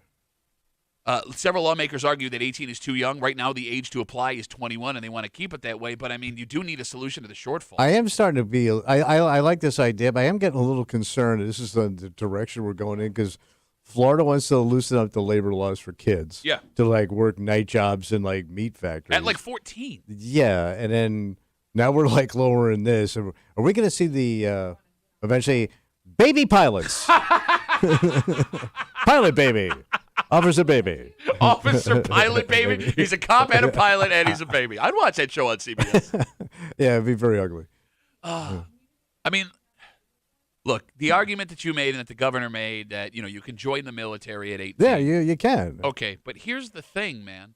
Like, can you think of a scarier job than corrections officer outside of joining the military? Because this is one of those jobs that is actually terrifying. It feels like, right? It doesn't just seem. And past the stuff that makes you uncomfortable, you would also you would probably come across people You could. inside prison. Yeah. Like in these prison towns like Auburn, Attica, even the jail downtown in Monroe County. Mm-hmm. Like, what do you do when you come across someone that you're interacting with? And if you're 18 years old, are you more easily swayed to – are you more easily manipulated at 18, 19, 20 than you would be at 21, 22, 23? I would say anywhere in your 20s, you're probably easily manipulated. Okay. I don't think there's a big difference between an 18-year-old and a 22-year-old, to tell you the truth. Okay. All right, 252 WCMF. We got a ton of Facebook messages coming in. We got folks waiting on hold. All right. Let's talk to Bab. Hey, Bob, you're on CMF. What's up, buddy? Hey, guys. Great show. Love listening to you. Hey, good, Bob, great call so far. Thank you. I do my best. What do you got? Well, I hear you guys talking. You're asking about, are there jobs available where, these young kids are not, interacting with the inmates? Mm-hmm. I mean, the way most of those posts work is that they are bidded on by seniority inside the prisons. Okay. So they would have to completely rearrange the way they assign the jobs in the prison, which would probably piss a lot of people off. Okay, so you got labor issues there. It's probably a union thing. Right? All right, Bob, how do you know this stuff? I worked for 9 years in the state prisons. Okay, so you worked for 9 years. You didn't get to retirement. Why didn't you get to retirement? I left because I got hurt. Okay, gotcha. All right, well, I'm glad sounds like you're doing okay. Hey, how was the food? Shut up. Actually, Tommy, you are not allowed to have the state prison food. Oh, man. So you got to bring in your own food? Yep. State makes you pay for everything. You're just a number to them. All right, so Bob, let me ask you this. How old were you when you got in? I was 25. All right. 24. Do you think you were mature enough to handle the job you were doing when you got it at 24? No, I wasn't mature enough. I was on the job for at least a year or so. Okay. I don't know if I was mature enough at 21, honestly. So with this all being proposed here, 18 years old being able to apply to be a corrections officer, do you see this as a good idea or a bad idea? I don't. I think it'd be very hard to find 18-year-olds that are mature enough to take the job. I'm sure you'll find a few. It just seems like a last-ditch effort to try to get staffing after they've fumbled with a lot of different policies over the past several years. All right, but see, here's the thing, Bob. That's weird because, on one hand, you're a man who had this job, worked inside the prison. But on the other hand, a man in a houndstooth shirt said, soft prison, 18, and then he stopped talking. So I don't know who I'm supposed to believe here. Hold on. How can you not be mature enough to be work in a prison system? And again, you can go into the military at the same age with the same basic system, and that kid's fine. But talk to people that went in the military at 18. Would they say they were mature enough to make that decision? But we take them. Oh, it doesn't mean it's the right thing to do. The shooting still happens. No, I understand. We're blowing up the right stuff. Again, one of the worst Tom Cruise movies of all time. Hey, Baba, what do you do now, bud? I'm a teacher. So pretty much the same thing. Yeah. You imagine having a teacher that used to be a prison guard. That would scare the crap out of me. Well, Bob, you sound like a laid-back, fun guy. Piss him off. I do my best. Bobo, thanks for the call, buddy. I really appreciate it. I appreciate it, guys. Great show. There goes prison worker Bob. Like you don't do your homework, and I see you're getting zip tied to the floor. For God's sakes, man. It could happen, man. All right, we got a ton of folks writing us. If you're on hold, sit tight. I do want to hear from you. Emily writes us on Instagram. Duffy on WCMF is how to get us. I grew up in the town of Attica. Most family and friends I knew were COs. COs at any level, security prison, are treated horribly in several areas. And to put an 18-year-old in that environment would be terrible for them.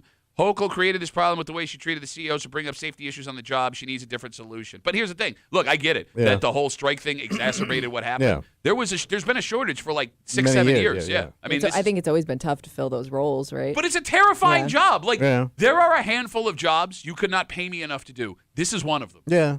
There's- But I had an Uncle Ron that he worked for Auburn probably 30 years. Was that the guy that got hit in the head walking down the street with a No, hammer? that was my Uncle Dick. But my Uncle Ron was like, it was a great gig. I mean, he retired comfortably, had a nice life. They traveled and stuff. And like, he never had to worry about a goddamn thing. I understand, but like, And he used to piss my father off like crazy. but there's a reason Yeah, that and gets you Oh, I offered. understand. You I also understand. didn't know what he was like when he came home at the end of the day, right? I mean, like maybe overall he saw it as worth all of it, but day to day, I'm sure he had to deal with some things. My aunt died hid behind the couch till around 6. Brian writes us on Facebook again, talking about the governor's proposal to lower the age to apply as a corrections officer to 18 from 21. They are short 5,000 corrections officers, and several state lawmakers are saying 18 is too young. Yeah. You just heard from Bob saying he wasn't mature enough at Yeah. 24. Brian writes us, lower the age and let the 18 to 20-year-olds decide if they want to do it. People complain it's hard for young people to find good jobs that pay. This is one, and they need people. I mean, that's not a bad. I mean, Yeah. you could always try it. No, but I mean, you're not locked in. You can quit. Yeah, if it's but- not for you. But Kimmy, that doesn't solve the problem. No, but I guess you could give them a chance. I mean, it is tough because, no, you're right. Like, there was a time, There was a time. thank you, where here in Rochester, you could graduate high school, go to Kodak, and get a job that paid you an average American salary. Right. You were making an average American salary at 18, 19 at the grocery store being Yeah. a butcher. That Yeah. doesn't really exist with a Yeah. high school degree anymore. It's all gone. And you got to do something. You have to fill these jobs. You can't have the prison understaffed. I understand, but They'll figure it out. an idea doesn't mean it's a good idea. I don't think anybody's watching them doors. Too fun. Gates open again. Let's finish it off with Steve. He's been waiting patiently. Steve, you got the last word on CMF. What's up, buddy? Hey, how you doing? Good, man. What do you got? Hey, I was just telling your secretary or whoever it was. That's a new one. That's a new one. But yeah, I listen to you guys a lot when I'm at work, and it's the first time I've ever done this or talked to you. No, guys. you're nailing it so far, Yeah. Steve. You're nailing it so far.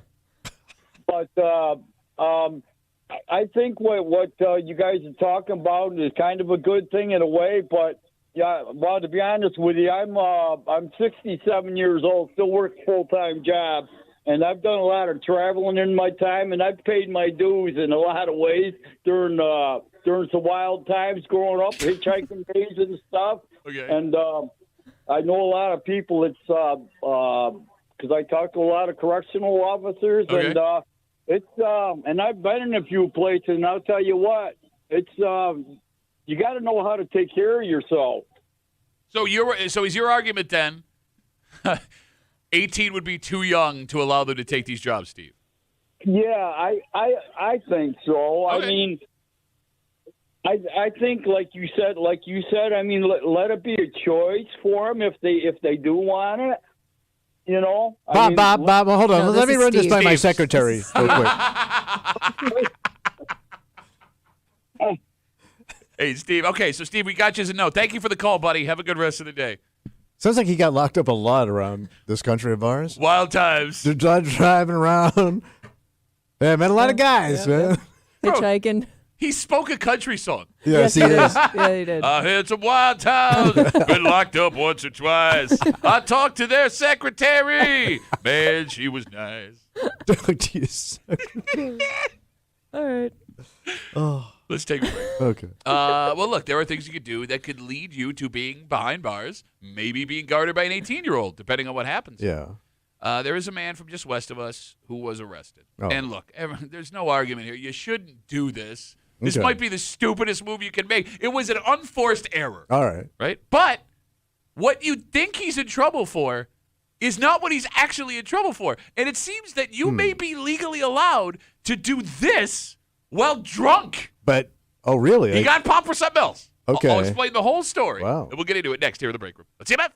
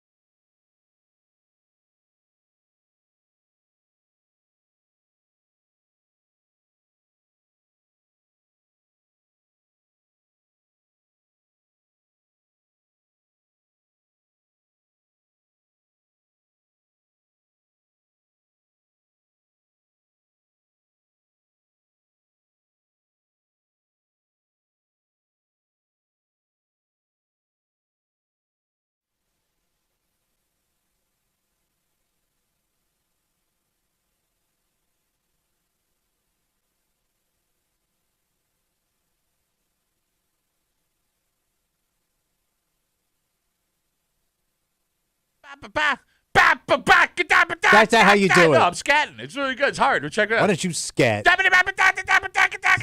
Scat your mouth. No, don't Google that. This seems like a bad idea from the get-go. What happened? That being said, most of the things you do on a Bailey basis... Bailey Keep making fun of my mouth. Got all that scat. No, that's what Jesus does to you. Because he's a fan of Steven Tyler? Yeah. Because doubt it. You don't think Jesus likes some good scatting? All right. Most of the things you do on a daily basis, Yes. you could do drunk without getting in any trouble. Okay. And if this man we're going to tell you about did one thing differently, it seems he would not be in the news this morning. You're hanging out in the breaker, Rochester's Classic Rock 96.5, WCMF, just after 7:45. The NFL draft was last night.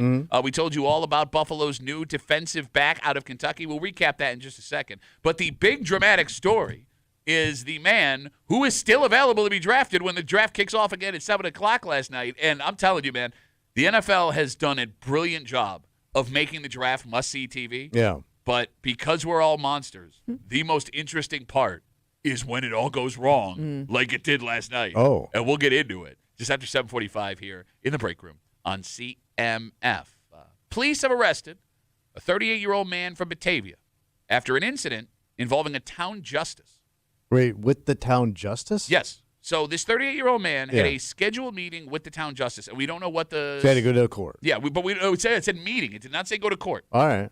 We don't know what the meeting was about. But police say this 38-year-old man showed up to the meeting drunk. Okay. He's a little nervous. A drunken judge meeting. All right.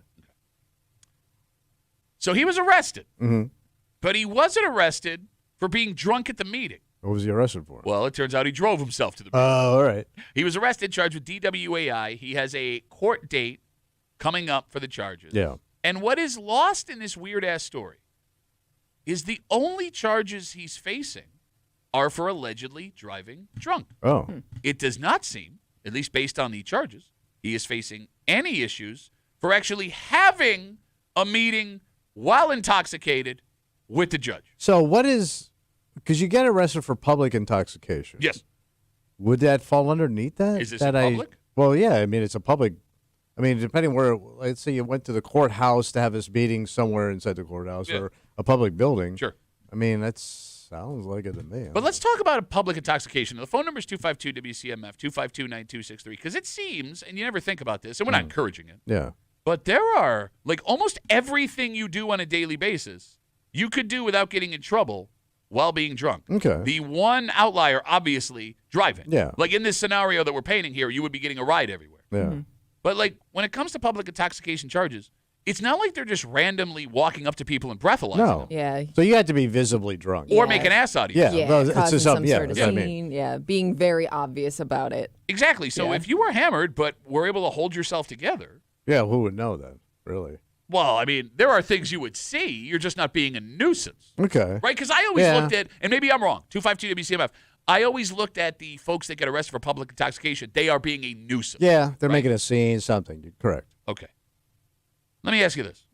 Could the average person do their weekly grocery shopping while hammered drunk? Oh, I think so. Yeah. Right? I mean, Well, you could do it. You're going to spend more money, but yes, but like to physically do it, like, because you kind of buy the same things every week. You kind of probably go in an order in your head. Okay. yeah. So I could see, I know I could. it's almost like muscle memory. I mean, I have. Your You'd have body's to- just taking you through the motions. Yeah, I mean, I've been drunk at the grocery store. I'm not talking walking in at 1 in the morning, getting a Stromboli, and Yeah. it's always the worst Strombolis left over at 1 o'clock in the Yeah, morning. but that'll work. I'm not talking like one thing running in, running out. I'm talking Yeah. like your actual grocery shopping Yeah. for the week. I think I could do it. You can keep it together. Yeah. I think I might actually take more time doing it. Like, it might take me a little longer because I'm probably going to double and triple check everything. Okay. But as You long as know? I can physically walk and stuff, I mean, I'm not like stumbling drunk, but I've got a good one on. Okay. You I can, got a snootful. can you control the cart while you're sober? Well, the cart's Drive going to the car. help. No. The cart is a stabilizer. I understand, but like those carts, you always get one bum wheel, right? You're always clipping like a corner when you're coming around it, even when you're sober. Oh, there might be a little hiccup here or there, a little giddy up, but I think I could pull it off. Take out a whole display of Wegmans brand Oreo cookies. You know, it's funny. You bring up the going into the grocery store like to get something to eat at night while drunk. Yeah. I don't know why, I always had the most anxiety. I always felt like everybody knew I was Yeah. hammered, and they were going to, like, tell someone. Why is it so I always quiet? figured everybody, because I used to go in there because remember they were open 24 hours. So at the club and stuff, and I'd always run into a buddy of ours there all the time who was in the same position. But I always figured everybody had some kind of buzz going because, again, I was just scoring something to just eat because I was wasted. Okay. And I always figured that was everybody. I think wasn't working there. I think you're overestimating your ability to do drunken things. Oh, really? Well, I don't know. I mean, 252 WCMF. How about this? Right. Do you think most Americans could do a day of work drunk? No, I've done it. Okay. You don't but actually work, though. Yeah. And you did it, but the people around you probably carried you through it. Well, it got done. No, even when I had a physical job, when I used to have to stock shelves overnight. Yeah. So you had to work till midnight. Okay. And then it was weird. You had to punch out. Then you had to come back to work at 5 o'clock in the morning. It was the stupidest schedule. Okay. So you had like 5 hours to go home and do what? Nothing. So I used to just go eat, drink, and come back. So I would work. I had my hangover at work. So I worked. Okay, I want to be clear. I'm not saying I wasn't great at it. No, I'm not saying show up to work and be there. I mean, do your actual job Like get while through your drunk. day. Well, I was putting the cans on the successfully. shelf. No, there's no way it worked. And by the way, the stories you've told about working while drunk prove in the past that you couldn't work while drunk. I think I could do it. I'll tell you what. I think now I'd be a really good drunk employee. But you don't work. You just talk. And you can't even talk sober. Tommy thinks he's doing a great show in his head. I mean, Kimmy, do you think you could do your job drunk? No, I don't think I could. Not well. I mean, I could show up. I would not be doing the job effectively. We don't know what kind of drunk she is, too. Like I know you and I have been drunk around each other. Yeah, we have. But we've never been drunk around. I've been drunk around. She's been drunk around me. I think. When? Bills games. You don't go. Oh. Yeah. Was she drunk? Yeah. Oh, Yeah. She was like pleasant. It Oh, was okay. weird. All It was right. a weird thing. 252 WCMF, as we talk about this story out of Batavia, a 38-year-old man arrested. He had a meeting, according to police, with a town justice, not court, just a meeting. Yeah. He showed up drunk, according to police. But here's the thing. He wasn't arrested for being drunk at a meeting with a judge. He was arrested because he drove himself, according to police, to the meeting, a DWAI, which, at least based on the charges, shows me it's not illegal to be drunk with a judge. Yeah. Okay, like going back to the whole work thing. If you are sober, would you have the balls to accuse one of your coworkers of being intoxicated? No. Like scolding them or just teasing them? Or saying something about it? Oh, I would make a joke, but I wouldn't be mean about it. You'd have to. Yeah. I mean, I make Bro, a joke. I love how you think Well, you're because like... you're pointing it. If you're making a joke, you're pointing it out. Right, but like if you came in here drunk, I would tease you, but I wouldn't scold you. Okay, so I get you and I are different, just based on our history. Mm-hmm. Like, you're trying to be all cool. If somebody else on another show showed up drunk, Yeah. you would be such like, oh my God. Oh, I would gossip. Did you say? Oh my God. Moose is drunk. I knew it. Breezy's drunk. Spaghetti's drunk. I would love to see Breezy drunk at work. Drunk Breezy. It's the same Breezy. All right. No, but I would make fun, but I don't. I would call about it. You would judge them behind their back for being I drunk. would, but I would never say anything to their face. But that makes you a gentleman. Makes me a gentleman coward. You know, I would argue that we in Western New York may be better than most at doing everyday things drunk, thanks solely to the Bills parking lot. Oh. Because it is totally socially acceptable to have a whole bunch of beers and then do all kinds of stuff in that parking lot. You cook, you shop, you walk around, you have long conversations with strangers. You'll see guys that are plastered standing next to like cops being like, I mean, you got to navigate that parking lot. You got to get to your seats. Kimmy, think of all the work you have to do just on your phone to get your tickets up while drunk at a Bills game, and everyone manages to do it. Yeah, true. I would argue that drunken practice Yeah. gives us better everyday drunk expertise than other communities. Gives you the skills. Okay. I think so. Yeah, it's like training camp. Right? Yeah. 252 WCMF. Let's talk to Rob. Hey, Robbie, how are you, buddy? Good. How are you guys doing? Good, bud. What's up? So, yeah, it's not actually against the law to be drunk in public in the state of New York. So why do people get arrested for public drunkenness? So there's actually not a law for public drunkenness. You actually get arrested for something that's called disorderly conduct. Oh, it's like a nuisance. So- You're acting up. It kind of sounds like maybe Rob has some experience with this. Yeah, so I'm a cop in New York. Oh. Okay. So pretty much, yep. So same as your dad. So Probably you not know, the same, though. If, I hope not the same. No, of course. Your dad's the legend. So. Thank you. Thank you. As in, there's a legend that he's done work at some point. We're public employees, so we only do what we can do. All right, so Rob, you weren't arrested for drunken public disorderly conduct. You have arrested people for disorderly conduct. Yes. Gotcha. So usually, right, your inhibitions go down. When you get drunk, you do stupid things, and then you do them in view of someone else who makes a complaint about it, and then you end up getting arrested for essentially that. It's a lot easier because people always want the details, like, well, how does this guy get arrested because he climbed over, the grandstand at, a baseball game or something and tumbled over 3 people, and so they usually put in, he was intoxicated or appeared to be under the influence of alcohol. Gotcha. All right, you act a fool, you get in trouble. That with public drunkenness. All right, I'm upset that you told Tommy that public drunkenness is not an actual charge because now he's going to be wide open. Well, so I dated it. Well, I mean, let's face it. We all know that Tommy's drunk all the time. I mean, look at the tracksuits that he wears. Take that, Tommy. Zing. Rob, thanks for the call, buddy. Have a good rest of the day. Not a problem. You guys too. There goes Rob. Such a cop talk, but absolutely. Have a good rest of the day. You were saying, I'm sorry. No, so I had that chick I was dating for a while that was like a scuzz.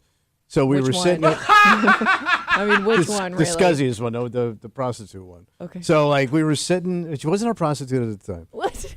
She he couldn't afford it. She got off the streets. So we're sitting at Howard Johnson's late at night. Could you make this story sound any worse? So she's drunk, and she starts running her mouth at me, and she's cussing up a storm. And you're not drunk? I'm not there, no. Not where she was. Okay. So she's, cussing up a storm and stuff. So there's a sheriff sitting at the counter. Okay. And she is making a scene. I don't know what to do, man, right? Because I know this chick can get violent. So he gets up and comes over and tells her if she doesn't shut up, he's going to arrest her. Okay. I've never seen it happen before. And she kind of shut up, but I was frightened. He was going to cuff and drag her out of there. Why are you frightened? Now it solved your problem. No, but I'm on the hook. Listen, I don't want to be on the hook. I'd love to see her take her, let her go. But I didn't know that was a thing. He got Scott up and came over and shut her down. Well, better to warn her than just say, Yeah. Oh, yeah. Can I ask a follow-up question? Yeah. If she's living with you, what were you two doing at a Howard Johnson's? I took her to see I was doing comedy. Ladies and gentlemen, your headliner travels with a prostitute. Okay, she wasn't a prostitute. She was a kid on the streets, and she did things, and then she needed a place to stay, so she lived with me for a month. Listen, it was the worst. I'm not judging. Bro, it was, you just judged me. No. Tommy So Muir you hit his describe prostitute it. wife. No, she was just, she needed a place to stay. We weren't boyfriend, girlfriend. She just needed a place to stay. It's very nice of you to do that. I couldn't get rid of her. Oh, my God. I tried to give you credit. You ruined it immediately. It was the worst. You really could not get rid of her because you took her to see your comedy show and she still stuck around. Man, the secretary is crushing it today. It was a bad month for me. Okay. So, going back to the whole drunken public thing, right? What you could do while drunk. I guess what you could pull off drunk would come down to how different you are as a drunk versus you are sober. Oh, sure. How much your personality changes. And some people flip. It is insane. It's Jekyll and Hyde. My mother was one of those people. Yeah, I know all about that. Got wild. Best month of my life when I had that prostitute live with me. Going with that in mind, going back to the story that started this conversation with a 38-year-old man arrested, drunken judge meeting, driving, everything. What the judge saw that led him to believe the man was drunk. If you're a slurrer, you're busted immediately. Yeah. Depending on what you drink, the smell can give you away. Yeah. Right? Especially in a closed room. Mm-hmm. I mean, hell, Tommy, there are people hungover, not even drunk, where they're sweating that stuff out of their pores the next day. Oh, you smell it. Yeah. I would also love, if the allegations are true, to know why this guy was allegedly drunk in a meeting with the judge. Well, he was just nervous that he had to have this meeting. All right, so if that's it, I have a little sympathy for him. I do too. Right? If he's an everyday maintenance drinker, it's a different story. Yeah. And it's not out of the question, too, that he went to lunch at Applebee's and got away from it. Yeah. Oh, crap, that's today? Around. Yeah. Oh, no. But maybe drinking is the reason he had to have the meeting with the judge in the first place. I mean, Also possible. Yeah, not to make assumptions. Who knows? But that's a safe bet. Mm. All right, let's take a break. Okay. There is a newest member of the Buffalo Bills, and he seems awesome. Yeah. We'll tell you who it is, play some audio from last night at the NFL draft. But the Bills, drama-wise, no drama. Okay. No trades. Yeah. Everyone's kind of happy with the pick. All right. Right? There was a man, however, whose entire night was drama. because it wasn't that long ago. This guy was in the running to be the first player drafted this season. Mm-hmm. And so what happened? We're going to try and figure it out. All right. And we'll do it all next here at the break room. WCMF.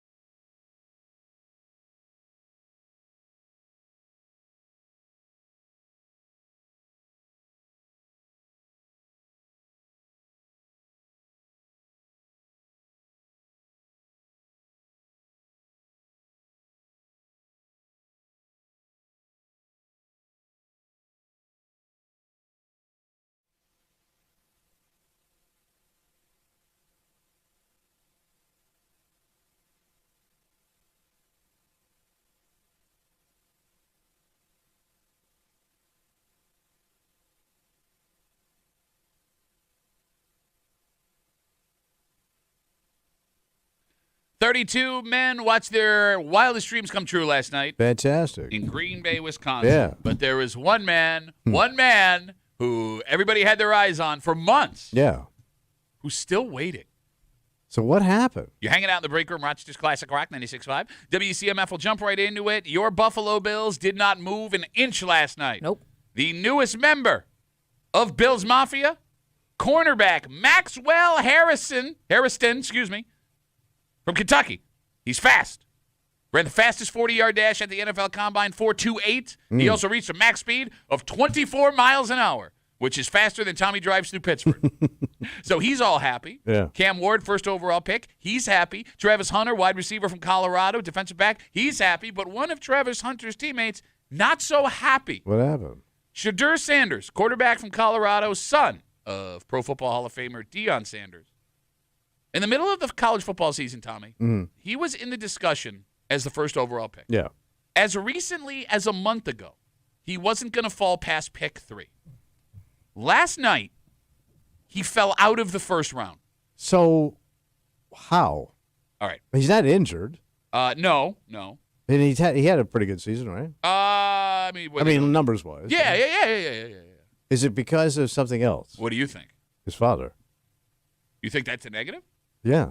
I think so? nobody wants to deal with Deion. But you get this kid, you get Deion. Yeah, and well- Deion's not going to shut his mouth. Do you want Deion Sanders on your ass constantly while you're trying to run your football team? I mean, Deion is a head coach. It's not like he doesn't have anything going on. Yeah, he's running his own football team. It doesn't seem like anything stops him from being Deion. Okay. I mean, look, part of it could be that. You're right. You know, he probably will be outspoken about he's going to have what's going on opinions, with his kid. and he's going to voice them. All right, so there's other things football-wise. He's a pocket passer. Okay. You know, like how Josh Allen gets out and does things. Shadur Sanders doesn't really do that. Okay.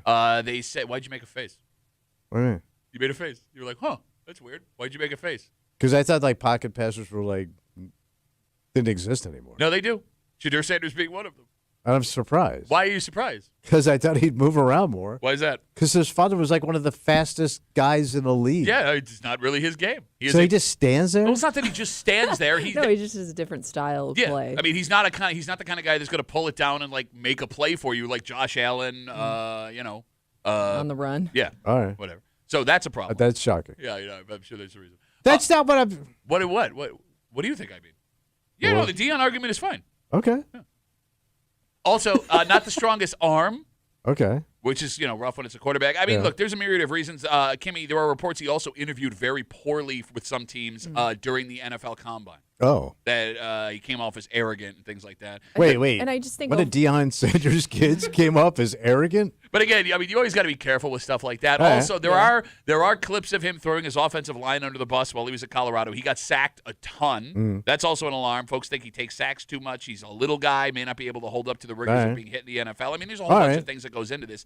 It was stunning that he fell out of the first round last night. I do think, though, because this quarterback class overall is seen as a weaker class, there are teams holding out for next season. It's what you saw the Browns do last night. I think that teams are kind of preparing themselves for the next round of quarterbacks to come out, so they're not springing for anybody in this year's draft. But that's what makes it they'll take them if they're there later on, but they're not going to go out of their way to get them. But that's what makes it even more embarrassing for Shadur Sanders. Yeah, you think he would have been stepped up quick because there's not a lot of guys. And just to make it even worse, falling out of the first round with all the hype that he had. Did you watch any of the draft last night? I just saw some of the highlights. Okay, so he's not on site. He is having his own party. Kimmy, did you see what the party looked like? I saw a clip of it, but I didn't. Where was the see party? anything that stood out. Why? Texas, where they live. Okay. So it's like a nightclub style thing. All right. There's a title sponsor or his company or something is hosting it, and it's a bunch of really high end looking people. It's got to be. He had to have some babes. Babes. Yeah, he was having a party in 1987 full of babes. Well, what do you call them now? Babes. What do you call a hot woman now? That. Sure. No, because if I said I dabble at a hot woman, he'd kill me for that. Oh yeah, because it sounds creepy as hell. So what's the proper way to say he had a lot of young ladies with him? Okay, so here's the thing. I don't know what that slang is, so I don't attempt any. Oh, I don't know. No, I don't. I can admit that I'm too old. What's that? Is Batty still? God, see, you're even worse than what he I'm just asking. did. I don't know. I would think he'd have a bunch of cuties around him when he's doing this. I'm sorry. The party was in the 50s. I'm a girl watcher. Bye. All right. Oh, the draft's over.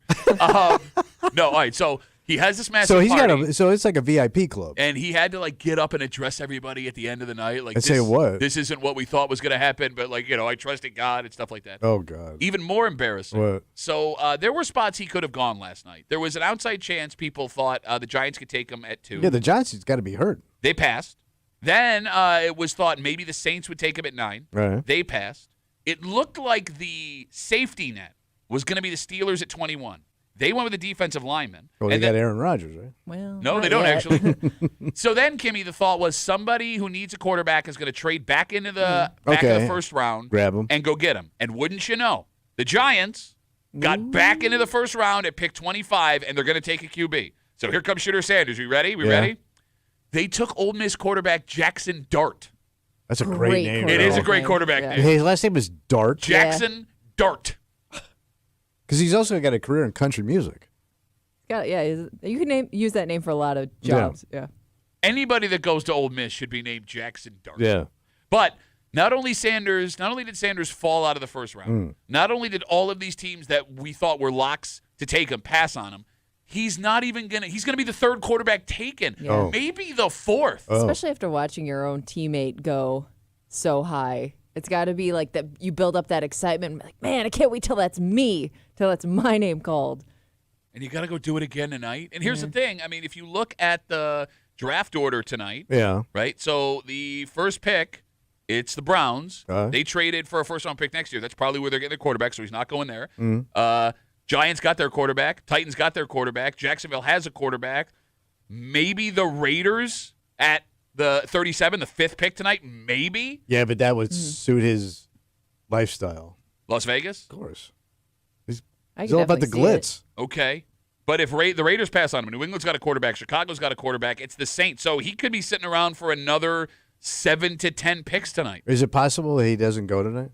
Oh, no, he'll go tonight. All right. Yeah. I mean, he'll be gone in the first 10 picks. All So right. someone will go up and get him if somebody there doesn't take him. But his stock is way down. yeah, he's not. Bro, let's put it this way. It changes. Not only did he lose a bunch of money, he lost a year on his contract guaranteed. First-round picks, it's 4 years, and the team can hold you. After the first round, it's only 4-year contracts. Well, he's a I understand. I know. It's image and ego. I mean, that whole family is image and ego. Yeah. And I like Deion Sanders. I do too. But no, he can be much after a while. Okay, you hate him because I don't hate him. Again, earlier this week, you were all about Deion Sanders, and I shared with you a story that he said on a podcast that he never touched himself one time in his life, and now all of a sudden you've turned on him. And he almost killed a man on national TV. Oh, that was like 40 years ago. He almost electrocuted a guy. Was it Tim McCarver? Yes. May he rest in peace. Wait, is he dead? Oh, yeah. Deion killed him? No, Deion didn't. That I know of. I got to say this, man. What? Like, I know you think the draft is stupid. Well, it's just boring. When you break it down by its definition, that is billionaires having a business meeting, you're right, it is. Right? Mm-hmm. But first of all, the drama that they suck you in with, I wanted to go to bed last night, and I could not turn off the television because I had to see what was going to happen with Shadur Sanders. Oh, yeah. And they keep cutting back to him. And Yeah, it's I know. Like, just the ways that they catch guys, like, in a moment, like a quick glimpse, like that facial expression of them, their girlfriend, their mom, their dad will live on forever. Yeah. Like, there are now ex-girlfriends that have gone viral, got brand deals because of of like these tiny little video clips of them like making a face or looking annoyed at like while they're waiting for their names to be called. Yeah. Like it's amazing. You're absolutely right. The second thing about last night that gets me really excited. What's that? So we told you a couple weeks ago the Buffalo Bills are making a play to get the draft in Orchard Park. It would be not next year. 2029 is what they were shooting for, Kimmy. Is that what they said? Maybe. This was according to Rochester's own Pete Gwelly, COO of the Buffalo Bills. Green Bay was the first like smaller market they did it in. They did it at the stadium last night. Kimmy, that looked like so much fun. That's what it's going to look like. Oh, my God. I mean, that's almost like a blueprint for what the Bills would how the Bills would set everything up. I want to do that so bad. I want to go do that cool. so bad. The stadium was open for people to sit in. They had like 70, 80,000 people. Yeah. Okay, I was confused, and maybe I just didn't see it or catch it. Do they not sell beer? in the crowd. So I was trying to figure that out too. Because there was nobody had food, beverage, anything in their hands. Well, it is Wisconsin. Maybe they got weird beer laws. But that would suck. Man, you know how much money they would lose? I don't know, man. I mean, That's liquid gold. Unless you these just people. couldn't like drink or eat in certain areas. But I was like, you know what? I don't think they're selling any. I don't think there's like concessions. I'm with Tommy. No, because we talked to a guy who went to the one in Detroit, and he said they sell you can only buy beer and food. Okay. Before the NFL you can't inside bring it there. in, Yeah. Yeah, little area there. I can't wait. If it comes to Buffalo, I'm taking the weekend off. Good luck. And I am spending every minute of the draft in that Do you park. think, But you though, got to do all of it. All of it. Okay. All of it. It looks cool, and I definitely want to go. You'd hate it. No, But shut don't up. forget, like, you're not seeing all the exciting seeing. stuff. You're only seeing a guy walk across a stage. Don't care. It's like the She's world's right. longest graduation. You're Don't not, care. You're going to miss so much of it not Yeah. seeing it on TV. Don't care. It was such an electric scene last night. I totally get wanting to check it out, but I don't know if I could sit through days of it. All right, well, guess what? You're not invited to come to my draft Well, day I hangout. don't need an invite. Good. Because you got to get there early to get a spot, and you got to stand there. And the parking, Kimmy, and the taxes. Don't forget they get you with the Oh, tax. and you got a tip. At the draft? Well, you got a tip when you get your beer. And your We don't pretzel. even know. We don't know if there's beer involved. There's got to be beer, man. Can I also say too? What? Like Green Bay and Buffalo are very similar in that the Oh, stadiums sure. are built into the neighborhoods Yeah. that they're around. Did you see the homes that are for rent? Yeah. So I think we knew a guy that rented one time. Oh yeah, I forgot about that. Yeah. So, but they're like right there. The backyard is the stadium. So those houses are strictly for games. I would think so. I was assuming nobody lives in those houses because I know you can. Somebody told me you could rent Vince Lombardi's house, the house he had, because I think John Madden did a show one time from his basement. I'm serious because he had a house there. You're He used to- right, Vince Lombardi's house. I think Vince you Lombardi's house. You can the You're right. house that he was that. You're right, yeah. No, God, keep talking. Can you go watch Gail Sayers and Roots while you're down in the basement? I'm You just dick. saying, You man. dick. Vince Lombardi lived there, and he used to throw parties in the basement when they won. Okay, he's right. You can. Yeah. Yeah. You never can saw rent- this? You can rent a home that was once. I don't know if it's owned by Vince Lombardi. So I don't know, like, if this is like one of his homes or something, or if this was like the home. So here's the story. But it so says- every time they won, his wife, they threw a party in the basement after the game, and all the people came over and hung out in Vince Lombardi's house. No kidding. In the only when they won. Oh. And so I'm guessing you could rent that place out. How could it not be a shrine? So, like, what kind of stuff would they do at these parties after they won? I mean, smoke and drank. I mean, there was like famous people at these things. No kidding. Like who? Name it. No, man. I mean, you're the one telling me the story. Neil Armstrong, It was at these parties. in Green Bay. LBJ. No kidding. JFK, RFK. All the FKs? All the Ks were there. You don't think like Nixon was there? What did it sound like when Nixon was thanking him for being invited to the Packers I tell winning? you, Vince, it was a hell of a party, and sorry for what Pat did to the bathroom, but sometimes she can't control herself. You know, Thank you again. Kimmy, that's where Cher was discovered? What? She was invited to one of those parties? So Sonny and Cher did go because Sonny Bono was very close friends with Vince Lombardi. Get the hell out of here. Yeah. Yes, that's so true. Okay. No, too late. I set you up and you didn't want it. You lose. Well, what did it give a little back? Good day, sir. Let's take a break. You want to get romantic? Not now. We have a list in front of us Yeah. of the most romantic cities in America. Oh, okay. And Rochester. We ain't no romance, What do you? man. Whoa. Grimy ass Rochester romantic. Grimy ass Rochester romantic. You don't think Rochester's romantic? No. There are lots of people that would disagree with you. And we'll get into it next here with the break room on CMF.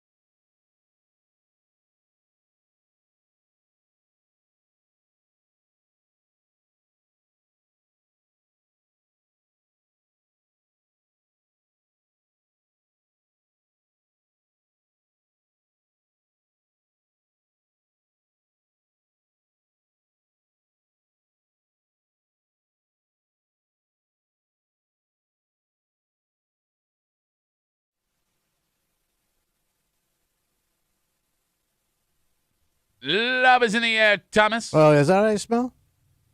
What? Is that what I smell? It does feel like as the weather gets better, there's more to do with your partner. Oh, sure. But if you really want a romantic day, evening, weekend, Yeah. is that something you can do here in Rochester? Or do you have to get in the car and drive somewhere else to make it special? Ooh. You're hanging out in the break room, Rochester's Classic Rock 96.5, WCMF right now. You can log on to the contest page, WCMF.com. Oh, yeah, what I get? Enter for your chance to win and experience the Beatles versus Stones May 3rd at the Vine Showroom at Del Lago, including VIP access with entry to the White Claw Shores Lounge from 7 to 9. Nice. Each winner will receive a 4-pack of tickets to enjoy the Beatles versus Stones performance at 8:30. Then stick around for live band karaoke from 9 to midnight. Tickets are on sale right now at DelLagoResort.com. Must be 21 or older to attend a show at the Vine. In front of us, Yeah. we have a list of the most romantic places on the planet. On the planet. And Rochester, New York No, it ain't. did not make that list. However, there are 2 places within a drive that did. Okay. The number 2 most romantic city on the planet, New York City. New York was number 2. Number 2. Okay. Not surprising. Half the rom-coms that have ever existed. Yeah. Especially during the holidays, things like that. You got it. Number 4, Toronto. Yeah, I can see that. I was thinking either Toronto or Montreal. Very underrated romantic getaway weekend yeah. in Toronto. So if you want to show your lover a romance weekend based on this list, you don't have to go too far from Rochester. Well, you drive up to Toronto. That is, if you have to go anywhere at all. Oh. Kimmy, Yeah. is Rochester a romantic place? I mean, Based on that face, I'm going to go no. No, I'm thinking like if you live here, there are places that you would know about and go, and they could be romantic. But I don't think anybody from like outside of Rochester is coming here and seeing it as a romantic place. 252 WCMF 252-9263. Tommy, would you define Rochester as romantic? No. Why? No. With what? What do you mean? What do you got? What do you got? What do you got in Toronto? A major metropolitan city. Yeah, name but me they're all something- cold weather cities. International everything. Oh, international everything. Are you from Belgium? Romance. Yes. What are you talking about? It's a beautiful city, and it's got so many options of They have a restaurants, lot of options, but entertainment. like I guess Rochester's like scaled down. Like all those like. You can get the same kind of food. You can find it here. I mean, they have like outdoor activities here. Don't eat that. you watching can the live By the stream. way, you can get that up there. So romantic. Kimmy makes a great point. What can you do in Toronto I guess because that you can't do scale down here? I guess like 'cause when you think of romance, you want to get away. You want a unique If experience. you're looking for a getaway, then yes, you would have to get Right. away to do that. But like, you don't feel like you've done anything. Look, that's a different argument. If you want a romantic getaway, yeah, the hometown you live in is not the place to do that. I am saying a romantic experience with your lover. You can get one, but it'd be a watered down. in Rochester. Yeah. Especially, you can't compare it to going to New York Well, I mean, and all I- those options. I mean, there's something to do all the time there. Okay, yes, I understand it's like the most exciting city in the world. A lot of sightseeing. We also have to define what romance is at this point because, Tommy, you have a hard time splitting romance and sex. Okay. Because to you, they're the same thing. Well, one should hand off to the other one No. at some point in the evening. No, like for So you. you're going to have a sexless romantic evening. Kimmy, can you Google by definition what romance means? And how we haven't done this yet is mind-blowing. Yeah, you can have a romantic evening that doesn't lead With to sex. no knobbage? I'm not- No, nothing. So romantic. You're going to tell me what romance is, and you just said, wait a minute, a romantic evening with no knobbage? No finger? I didn't say where you're putting it. Like your finger will make no penetration at the end of this evening. That's romance for you, ladies. Hey, check out my fingers. Oh, my God. So no Shut up. poon. Shut up. Kimmy? Yeah. Could you give me Okay. the definition of romance? Romance, a feeling of excitement and mystery associated with love. Yeah, right there. Stop doing that, man. No mystery there. No, the mystery is I'm how learning we that from a buddy. got there.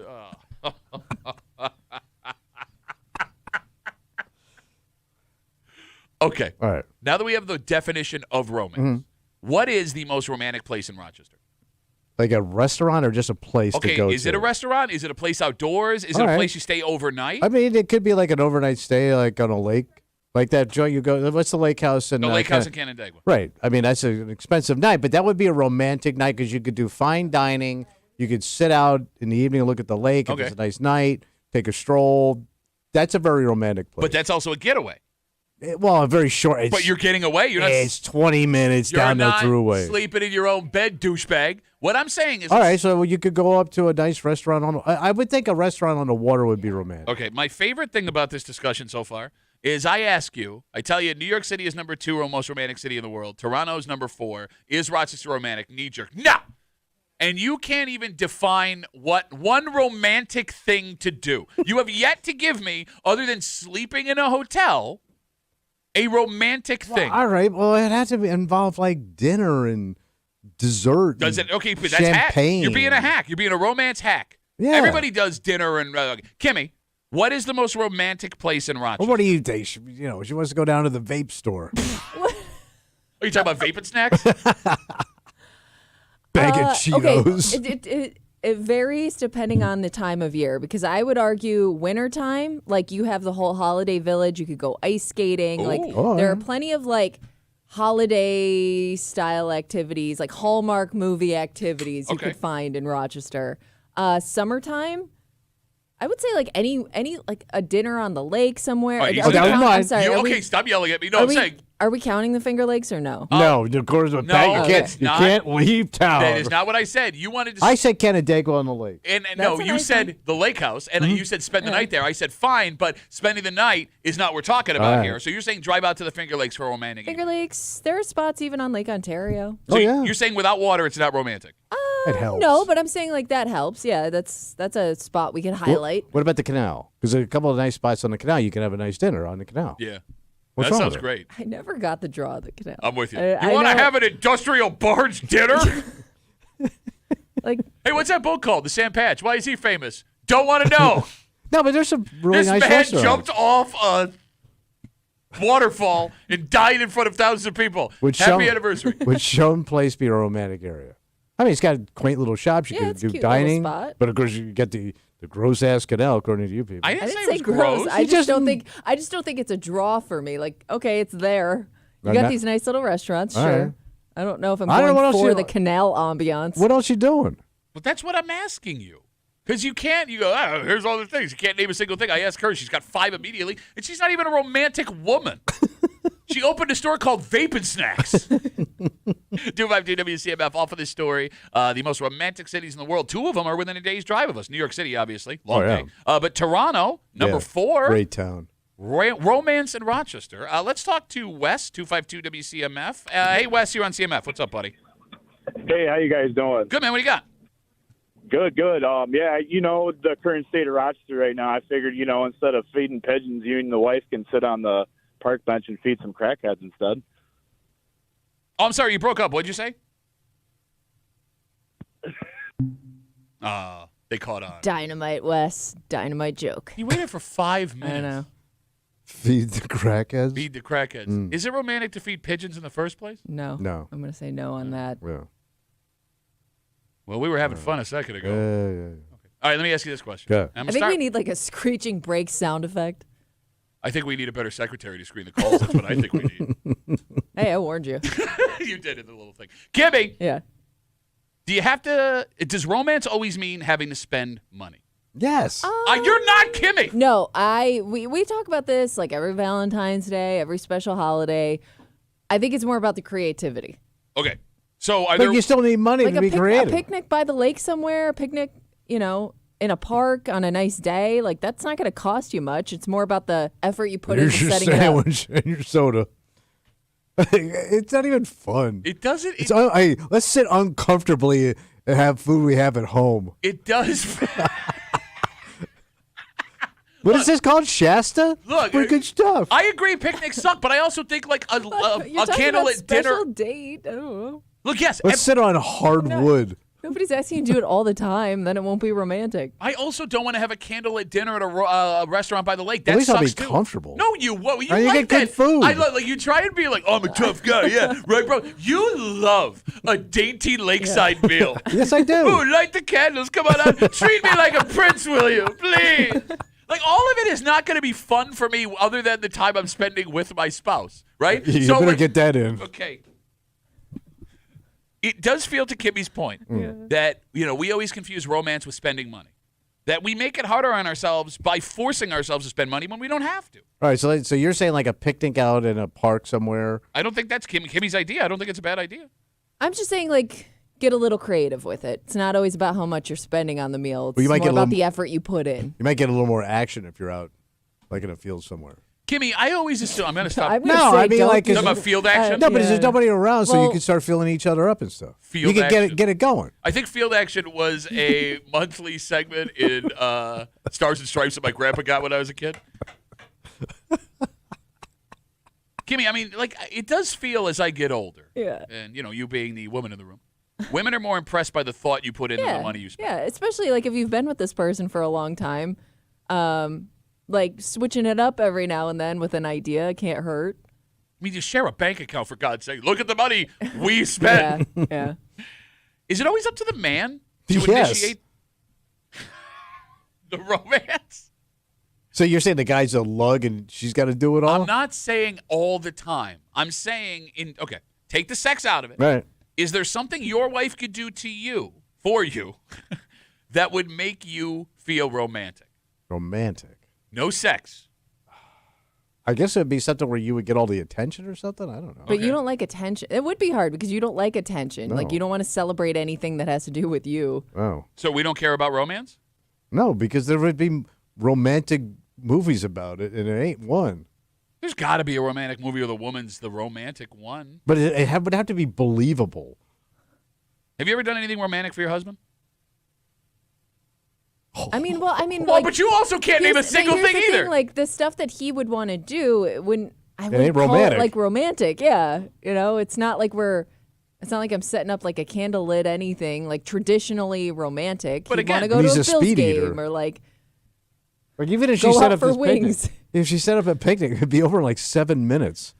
Can you read the definition of romance one more Yes. time, please? Because, you say you guys don't want to be romantic, but the definition is... a feeling of excitement and mystery associated with love. Okay, like that is easy to do for guys. Is it? They love you, excite them, and present them something mysterious. You've But never... But again, you're saying that doesn't have to do with sex. Yes, okay, So don't what would become be- him. No, I'm asking. Well, it's I'm very asking, hard to like, wrap so your what head would be around like that. mysterious around love?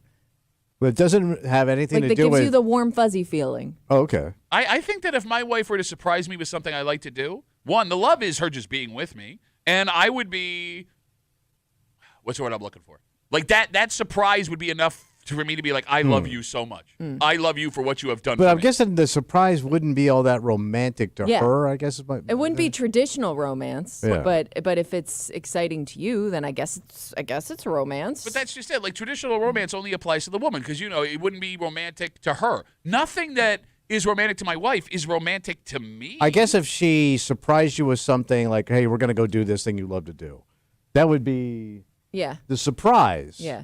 Right. Like something you normally don't get to do, or she's not really into it, but she's gonna surprise you. Hey, I booked this thing. We're going right now. Okay. That Yeah, would be cool. That's no, but see, you call it cool. By definition, it's romantic. Okay. I mean, I'd say that would be the romance, but I don't think the actual thing you're doing probably Yeah. is all that romantic. Like you love like those conventions, Those collectibles the conventions, yeah. collectors. With all those like if she goddamn weirdos. surprised you in with like a room. trip to one, that's like a weekend trip. Like it's not romantic. Pat Duffy from the radio.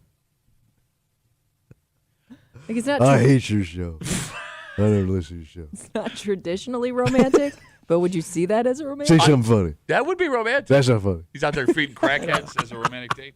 No, yeah, I would see that as romantic. That All would right. be romantic. All right. All right, we got folks trying to reach out to us here as we're rambling and taking bad jokes on the air. Mark writes us on Instagram. Again, Duffy on WCMF, the easiest way to get us on Instagram. He says, Duff, my wife is Chinese. She doesn't have a romantic bone in her body. We don't spend money on holidays, birthdays, anniversaries, yet I get to go to China every year, and that's a blast because there is cheese in China. Okay. Turns out there's cheese in China. So All right, every year they take a trip to China. that's what he says. But, I mean, I guess, what I'm pulling from that is there are certain ethnicities that value Cultures. romance, yes, over other cultures, ethnicities, Yeah, whatever, right? yeah. I didn't know the Chinese were so unromantic. They don't have much public displays of affection. Oh, please go on, man. This man is married to a Chinese woman. I'm going to take his word. Asian culture is not very. It doesn't express things openly. That's a known fact. Okay. And I mean all of Asia from India over. Okay. They're not. They don't do public displays of affection. It's just not their thing. Okay, but I love how we're like, touching and grabbing everything over here. Yeah, you were just using your fingers in the live stream. Yeah, that's illegal in China. And like when Larry the Cable Guy knew you, you were a small Asian woman. Small Chinese man. I forgot how the line was. Okay, my apologies. Let's take a break. All right. You remember earlier this week we were talking about your fight fantasy. It all came off of a story of a 74-year-old man. Oh, yes. Who smashed a car. Yeah, Damaged a car. Yeah. And how like every man has that fantasy in their head. And we talked about like who your opponent was going to be, what they look like, what age they were, and what that said about you. Well, it turns out, I mean, look, you should never fight, period. You know that, right? Keep your hands to yourself. But it's time to maybe even shut down the fight fantasy. Oh. Because we men think we can fight. This scientific data says we can't. Oh. But it's how confident we are in how little we know how to do that is the most alarming. And we'll get into it next here in the break room on CMF.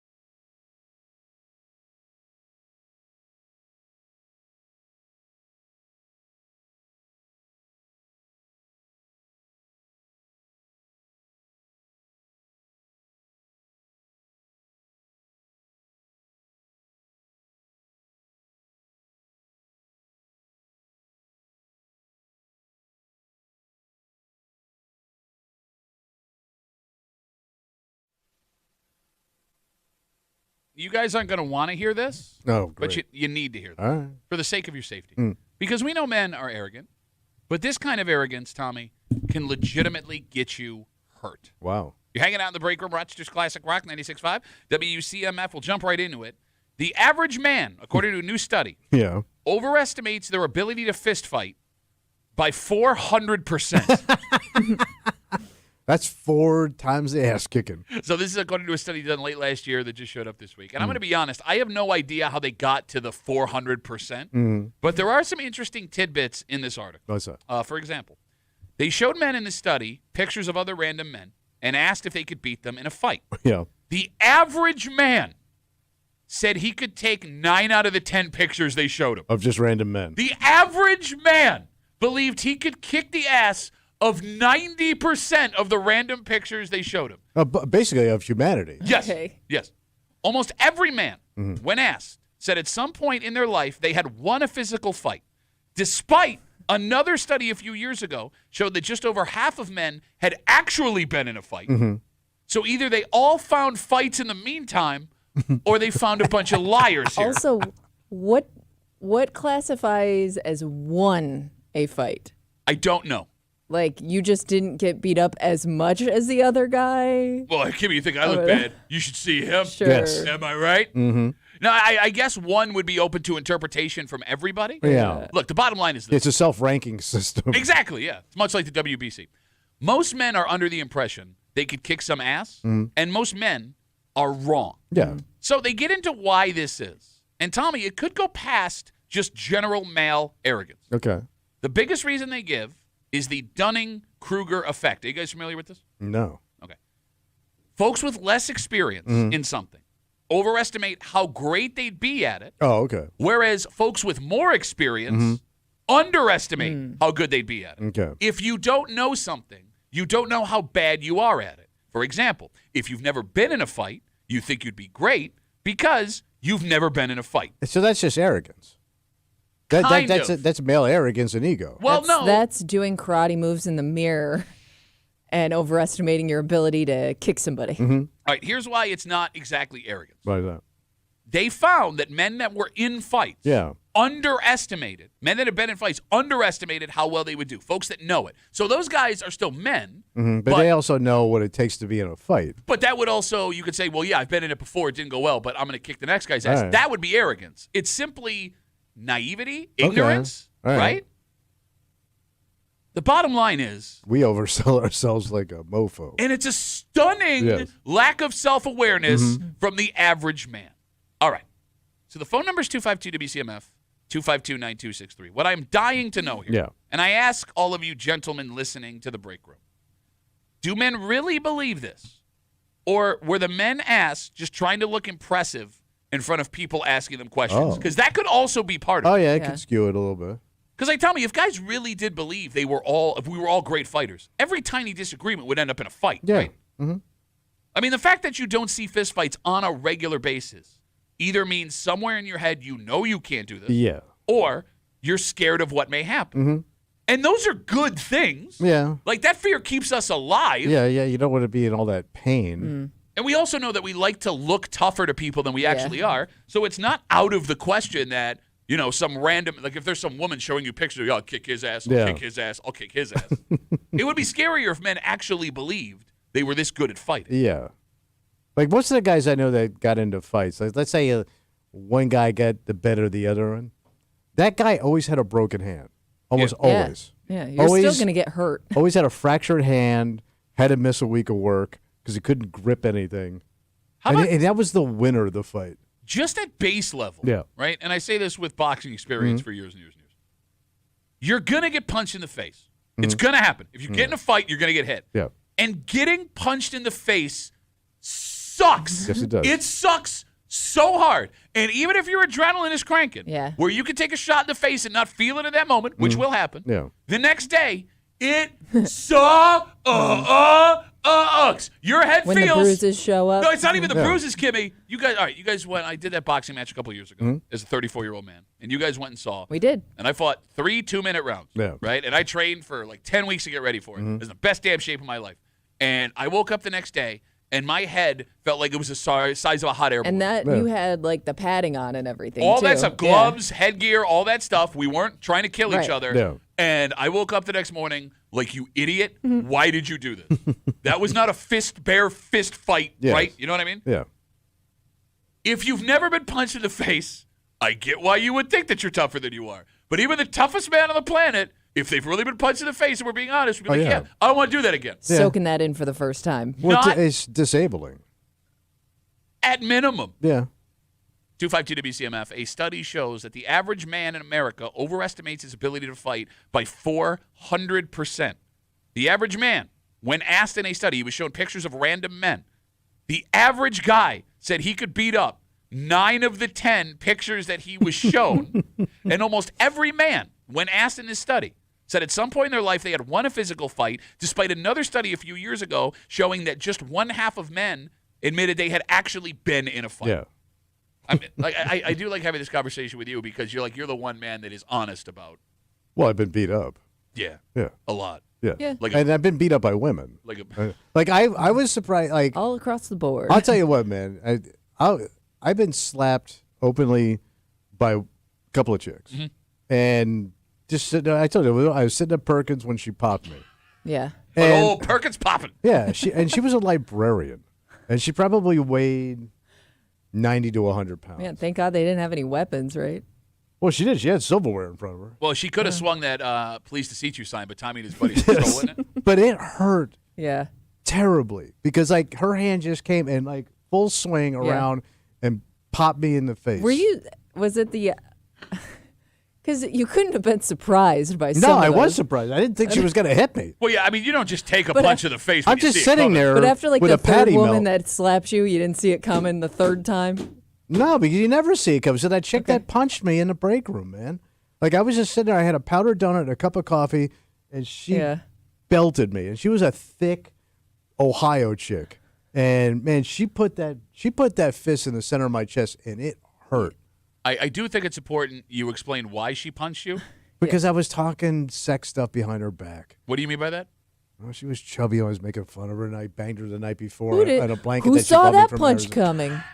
No, but I didn't think I was going to get punched. And then I remember I remember the last one I told you about, and I just remembered it when that chick punched me in the back of the head at the club, and I fell into. I remember now. I fell onto my friend. At the time, I had a drink. Oh, catch me, Beauregard! Yes, like I went forward. Like I didn't see it coming at all. She just came by and just bashed the back of my head. Then I got beat up at work a couple of times. Okay, we're running out of time in the show for you. And I got hit with a pistol once. I do want to point out, because the stories you tell also kind of highlight this too, because I think that every guy thinks that if they get punched, their immediate reaction is going to be to hit back. Yeah. And that may not be the case, because you may just be so surprised at what happened, it may take you a second to process, where you may not even fight back right away. There have been times in a ring where I've been like, we're fighting right now, and a guy hits me so hard, I'm ow. Yeah. Like, what did you? Ow. Yeah. I don't know what to do right now. Yeah. Like you're grabbing whatever you just got hit. Yeah, you think you're going to have some like special counter move right away, but it's not necessarily the case when you don't see it coming. Should the average man know how to fight? I mean, I guess, but I mean, what's that going to do for you? Well, in case the situation shows up. Like you're going to square off with a guy at a bar. Well, I don't know. Like, how do you learn how to fight? Like, we kind of touched on this the other day when we talked about, like, the fight fantasy men have. I mean, it's a nice little side piece here. I mean, do you go to a boxing gym to learn? Do you learn karate? Do you do MMA stuff, right? Like, I guess you could just pull it up on YouTube and practice in a mirror. What else would you do? Unless it's like part of your workout, how many people are actually going out of their way to learn. But that's not a fight. And that, that's the other that's the whole thing. That's not a fight. That's a workout. So, for example, my brother, he does jujitsu just to like stay in shape. Yeah. So like that's like his favorite workout now is jujitsu. But don't you need a partner for that? Yeah, like you go to a gym and like there's usually like people there. I don't really know how it works. No, you get a bunch of dudes, you roll around in geese. Okay. That's actually how it works. Yeah. But I don't know. I would argue that learning how to fight would keep men from fighting. Okay. Right? Like, or would it just give them more confidence to go out and kick some ass? No, I'm telling you, man. Like, even in a control, like, you're right. Even if you go to, like, a boxing gym, karate, do MMA stuff. Like, you're getting hit, though. Jiu-jitsu. Like, if you get in there, right? It's a controlled fight, so it's a different situation. But even in that situation, there are going to be times where it's like, wow, you will avoid fighting at all costs. Oh, sure. And maybe it's mandatory. Like maybe at 18, we should take every man. And have their ass kicked. Yeah, well, not kick their ass. Like you need to learn how to fight now at 18, and you're going to take 6 months of doing it. No one will ever fight ever again. True. I would also like to include one more little stat. What's that? To really show how men overestimate their physical prowess. You ready? Mm-hmm. A few years ago, they showed men a bunch of wild animals. Really? And they asked them which ones that they could take physically with no weapons. An animal? Yes. I have seen. I hope zero. I have seen men get into very heated discussions over this topic. Okay, really? For example. How does that even work? I'll give you an example. So they wrestle a bear. They listed a whole bunch of animals. Hey. One half of men believe they could beat a medium-sized dog in a fight, which I think is fair, right? Okay. But 10% of men, 1 in 10 of your male coworkers this morning believed they could beat a lion in a fist fight. Well, if the Lions just stuck to the rules of fists and not mouth. Let me say that again. Or claw. 1 in 10 men. That's so insane. Believe they could defeat a lion in hand-to-hand combat. I'm surprised with the dog. Well, medium-sized dog. The medium-sized dog. Dogs know how to do what they do. Let's say it's like a 50, 60-pound dog. So we'll go with my Basset Hound. You guys have seen Biscuit before. He's a medium-sized dog. I think that 50% of men could take my dog in a fight. Okay, but let's take a dog that's a little strong bit more. enough to get them off of you. Yeah.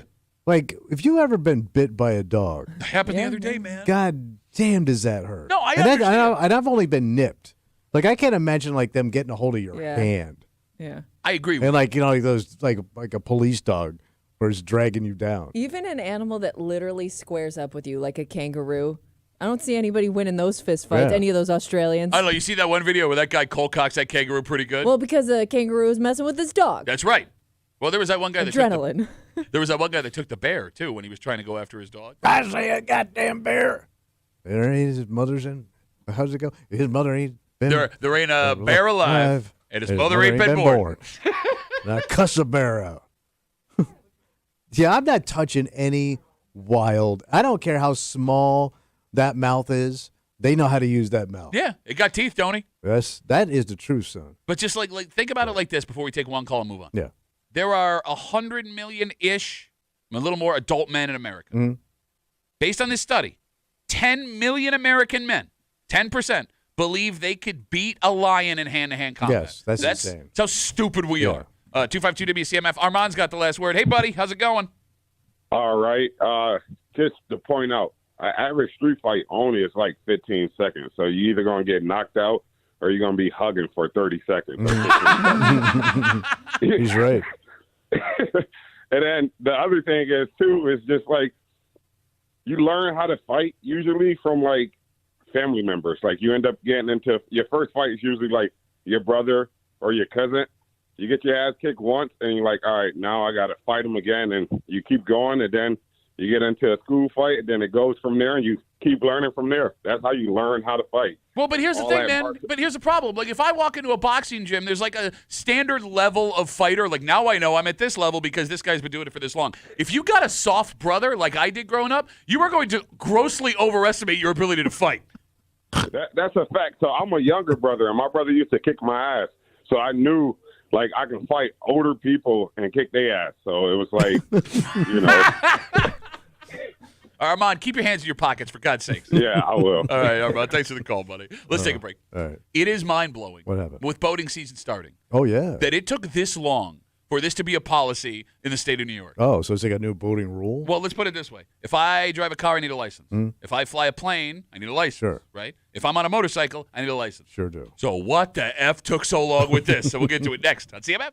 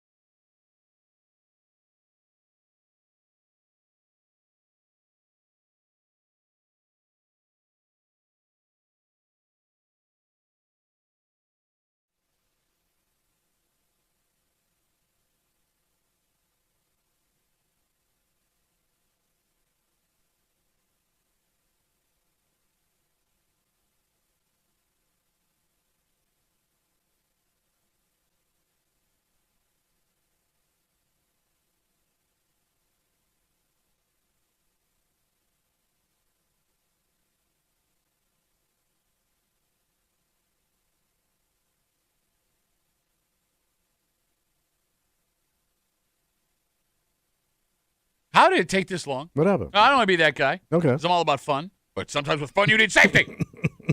And this is like the one fast vehicle where for years and years and years, they were just like, it's probably fine. Well, yeah, you just jump on it and go, right? You're hanging out in the break room. Rochester's Classic Rock 96.5. WCMF. So with the weather getting nicer, folks are going to be out in boats if you haven't been already. The right? water season. That's right.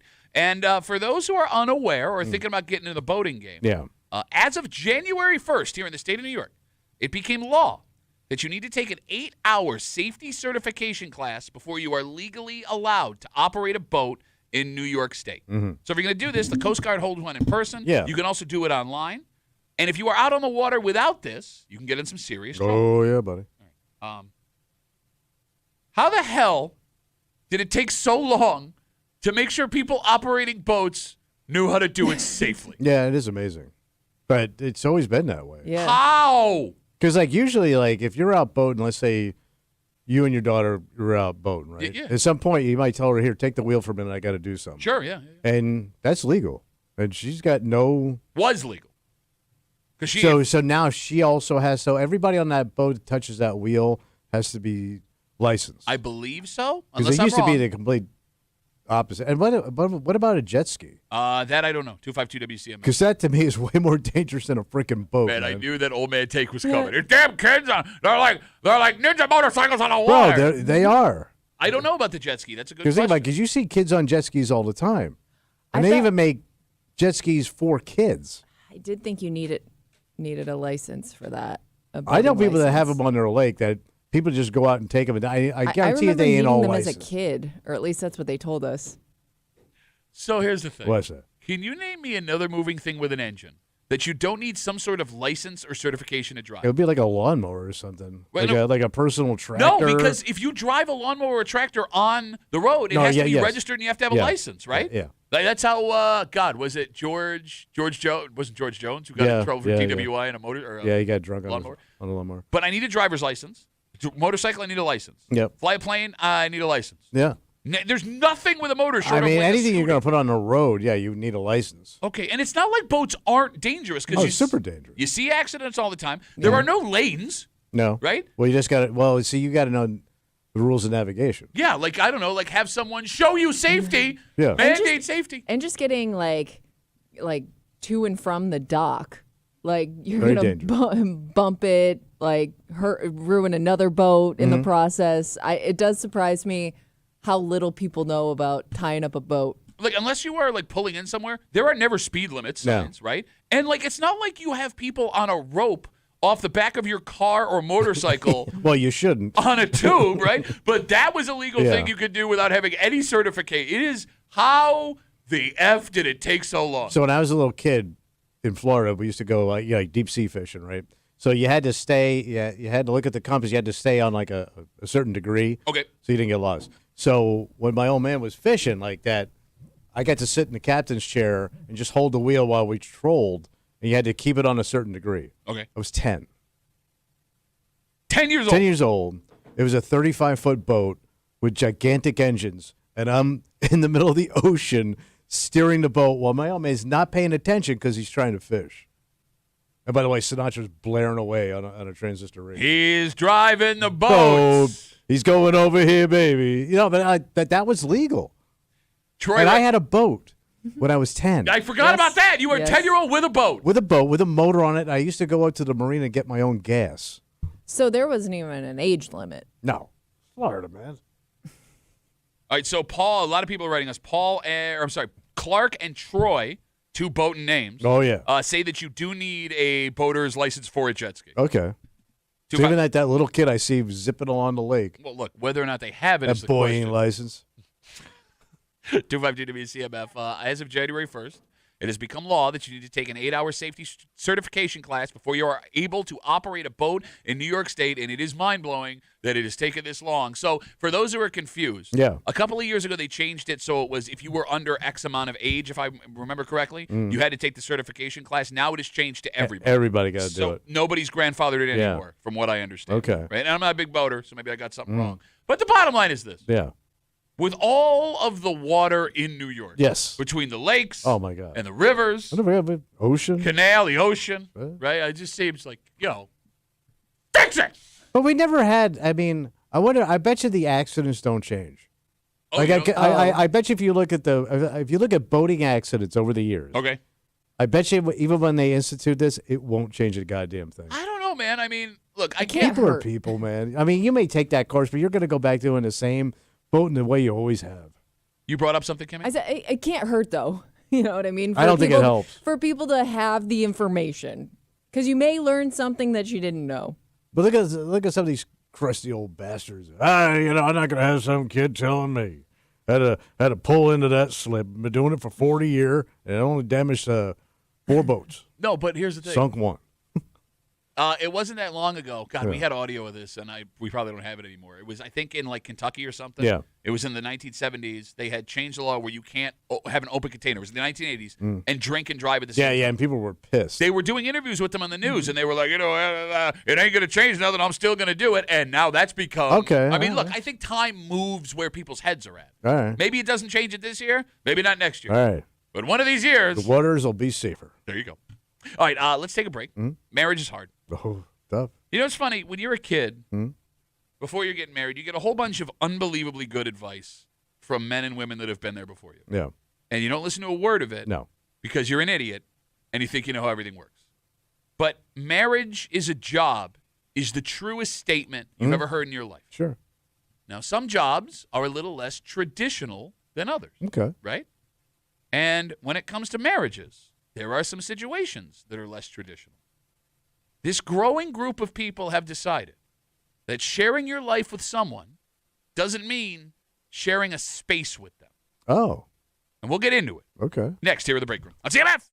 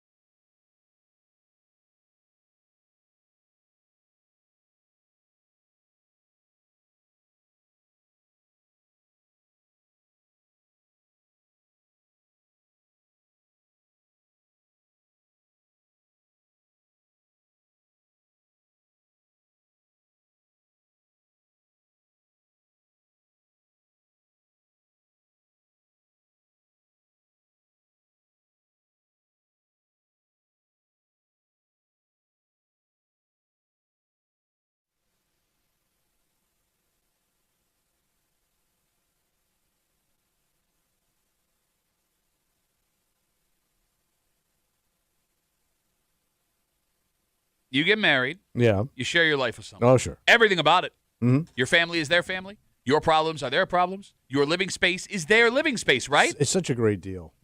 Well, that last one, Yeah. not for these folks. What happened? There are a growing group of people, Tommy, who say the best thing you can do for your marriage is to have your own place to lay your head. So, separate living. You're hanging out in the break room. Watch just Classic Rock 96.5, WCMF. Couple of things. Yeah. First off, it's Friday. You know what that means.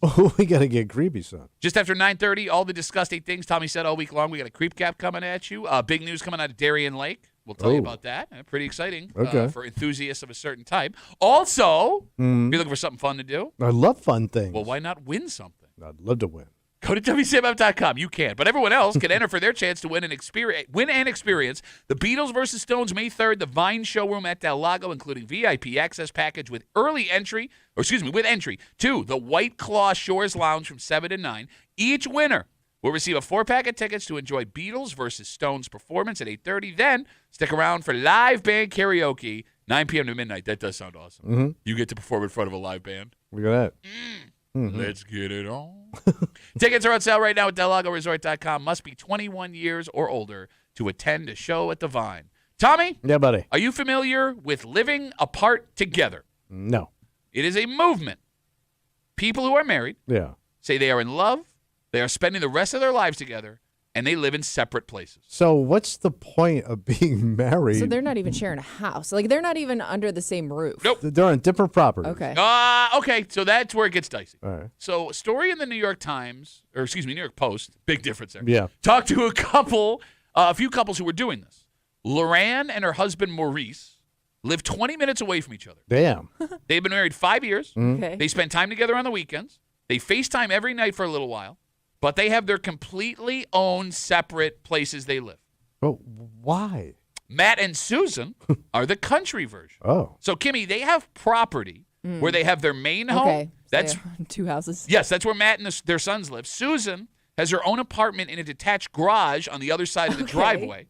They spend their nights apart, and they say they love it. Yeah, but they love it because they don't want to be around each other. No, they say they're in love. They just don't want to live together. Or you're on a very strict schedule for when you're around each other. I guess. So these couples are not alone. Yeah. There are an estimated 3.9 million Americans, married, not separated, that are living apart together. They call themselves a partners. All right. Get it? I get it. A partners. So I know, like, a lot of people, when they get older, the husband, they don't sleep in the same bedroom anymore. Oh, the I Love Lucy style. Yeah, but I mean, it's basically because of medical or something like that. You know, Comfort reasons. Comfort, whatever. Got the Jimmy leg. But yeah, so that was my parents. Okay. But it was just like that. I get, but like to say like we're gonna be married and have this life together, but you stay over there. Yeah, you don't even see each other in passing. Right. Like it would be a weird concept. You wouldn't even get to know each other, or really, I mean, you don't really know anybody, so you really live with them. But didn't we find out that in the definition of romance is the word mystery this morning? Oh, okay.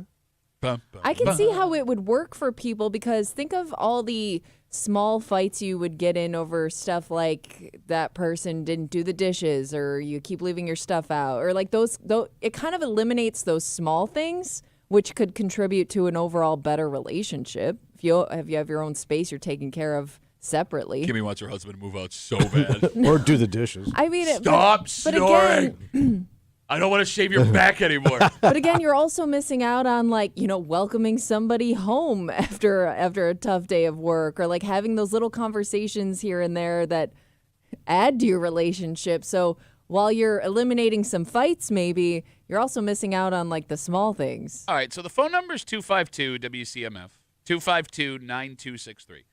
It does sound strange, because we have been taught our entire lives that marriage is sharing your living space. Yeah, your life. Yeah, coming home to that other person, being together. But, I mean, if it is working for these couples, you don't believe it's working for these couples. I can't wrap my head around it, especially because I'm thinking about a guy who's married, but then he goes home alone at night. Yeah. And he sits by himself and does what? Anything he wants? Yeah. What do you think he's doing every night? Touching himself? Yeah. Okay. Yeah. I don't understand. So why are you That may not be married? different than some people's marriages, though. What's that? That may not be any different than some people that live together. True, but I mean, It's wide open now, man. Yeah, again. You got the wild frontier of Knuckle Shuffle Ranch. It would almost Weird. Be like, How did you know what the name of their ranch was? That other couple. The second one. It would almost be like you're dating forever. Right? Yeah. That's You know, kind of, yeah. Like like we don't get, but even the guys like we know like never pulled the trigger on their marriages. They still acted like a married couple, but they were like boyfriend girlfriend. But they shared space. Let me ask you this question. Yeah. Did they do that because that's what they wanted? Live together while dating, or did they do that because that's what society told them they had to do? Man, I blew your mind. You definitely have to have a lot of trust in that other person. Yeah. Yeah. I mean, the trust definitely has to be there. You know what's strange to me? Look, I agree. This is very weird, right? Yeah. But I'm surprised, Tommy, you're so out on this. You love your independence. Mm-hmm. You want everything done your way. Yeah. This seems perfect for a guy like you. You can go to bed early, you can get up early, eat your weird diet. There's no one to tell you to do anything that you don't want to do, and you still have the love of your life when both of you want to spend time together. I mean, What I'm saying is your wife has asked me to convince you to move out of her house.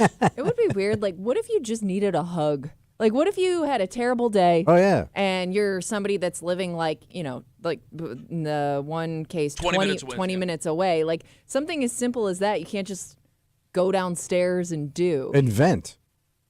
Like if something's pissing you off, something's pissing her off.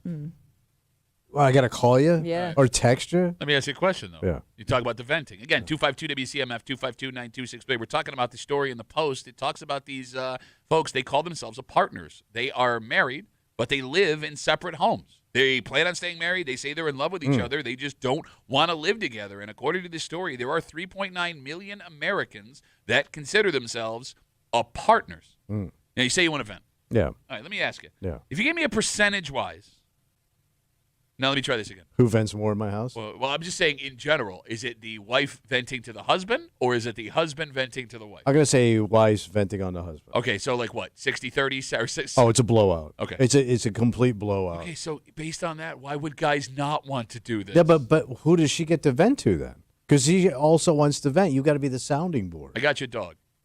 Okay, well, we have a dog. It speaks English, but it doesn't talk back. Yes. Go nuts. But think about that. Like, your wife comes home after a bad day and she wants to tell you everything about it. Sure, every subtle nuance of it. Yeah. And she really just wants you to sit there and agree with her. Uh-huh. But she doesn't get that anymore. And I think that would depress a woman. Do you hear this, man? I know. You're the one arguing for you should be there to listen. Yes, you to have to your listen. partner. Here's why I kind of believe him here, because Ooh. one of my husband and I's like favorite activities to do together is to gossip. Yeah. Gossip about people we know, Yeah. people we don't like. I love how you keep all saying of yeah. that. She's talking about you But most no, of the time. But I'm saying Yeah. like you, I think Tommy would miss that too if it was Yeah, gone. absolutely. As much as he doesn't, want to admit that he doesn't like to talk about things, personal things. But that would be one thing that you would definitely miss with your significant Talking other. crap on relatives, neighbors, That's how everything. That's how a lot of us bond. Yeah. Paul writes us on Instagram. Again, Duffy on WCMF, the easiest way to get us. Paul says, Tommy's so against it because he knows he'd be living in a box. Valid point. Okay. Want to come over to my box tonight? My poverty box. Do you think wives or husbands would benefit the most from this arrangement? All right, what are you thinking? I would say that's a tough one. I would say women would benefit more from a separate relationship in a lot of ways. Why? Because they're probably more independent to begin with. Oh, you think so? Yeah. Yeah. Okay, I mean, of course you're going to agree with him. You're no, biased. I do think that there are things that you get comfortable with because, like, think of how many things your wife takes care of for you. Yeah. And not that she couldn't do those things, but she wouldn't be around as much to do those things. And And women I have- think that you would miss that a right, lot. and women have more common sense than men on a day-to-day basis of functioning and doing things. Okay. All right, now I think you're just pandering like a bitch. Look. You asked me a question, I give you an answer. No. I'm a pandering bitch. You're thinking about it, but now it's like, it's all of a sudden. I'm moving out. I'm going down to the B. It's Oprah's book club all They of a don't sudden. want you there. You talked crap about them earlier today. You literally said that TJ looks like the chintziest person in the building. You monster. I just think she's good with money. Yeah, that's what you said. We're good. He's doing the money sign. No, like all of a sudden you turn this into like Oprah's book club. Yeah, ladies, you're strong. You are fire-breathing dragon boss bitches. Go get them, girls. But he also knows that men like to be taken care of, and they're babies. They need that more later in life than women do. You're a big, smelly, hairy-ass baby. All right. And here's the other thing, man. Women have a network of friends and family that Support they work system. with, that they support. A guy's going to sit alone, play with his dong, and drink beer and eat pretzels. That's going to be his life. And at some point, that's going to catch up with him. Okay. That is a valid point. The hairy-ass big baby. No, but I want to talk about the independence, because both of you are arguing that men need women to live. Yeah. Okay. Is my wife at work? Yes, she is. You knew me as a kid. Disaster. Okay, but I was also a very independent person. You were a very independent, wide disaster. But that's fine. Look. Okay. Most you were. Flappy jeans. The flappiest of jeans. But you know what, Kimmy? In the mouth. Flappiest of mouths. I was able to go out and buy my flappy jeans because I was an adult and I paid rent and I had a car payment and like all of these things I knew how I could cook for myself, like all of these things. And I took a lot of pride in being able to travel the country by myself and handle all of these situations that I got in. And I met my wife, and my wife is a very loving and caring person where she wants everybody around her to feel good and be taken care of. And she's nurturing. My wife, in her nurturing, that's a perfect way to put it, thank you, started slowly chipping away at my independence. Because there was a time. There was an fixing your credit? No, look, I'm not saying it's why. Like, you wouldn't have a house today if it wasn't for your wife. I don't want a house. I want to keep renting. We've talked about this. Look, I am not saying it's a bad thing. Yeah. What I'm saying is I do not recognize myself as a person anymore. Because there was nothing I could not do on my own, and I liked it. But you're thinking of you on your own at 18. Think of you on your own now, without all that stuff, at 38 years old. Look, I don't want to be without my wife. The point I'm making be withering away. You are missing my point. What's your point? The point I am making, Kimmy, is that in my wife loving me, she has taken my ability to be independent away, and I don't even know how to be a person anymore without my wife. Okay. And there is comfort in that. All right. There is also a lot of fear in that. Like, God forbid, for whatever reason, tomorrow I'm on my own again. I can't be a person because my wife loved me so much that I forgot how to be a person. Yeah, but you call it taking away your independence. I call it saving your ass. I don't disagree with that statement, but I could have been a person. Could have been a contender. No, listen, you're not wrong what you're saying.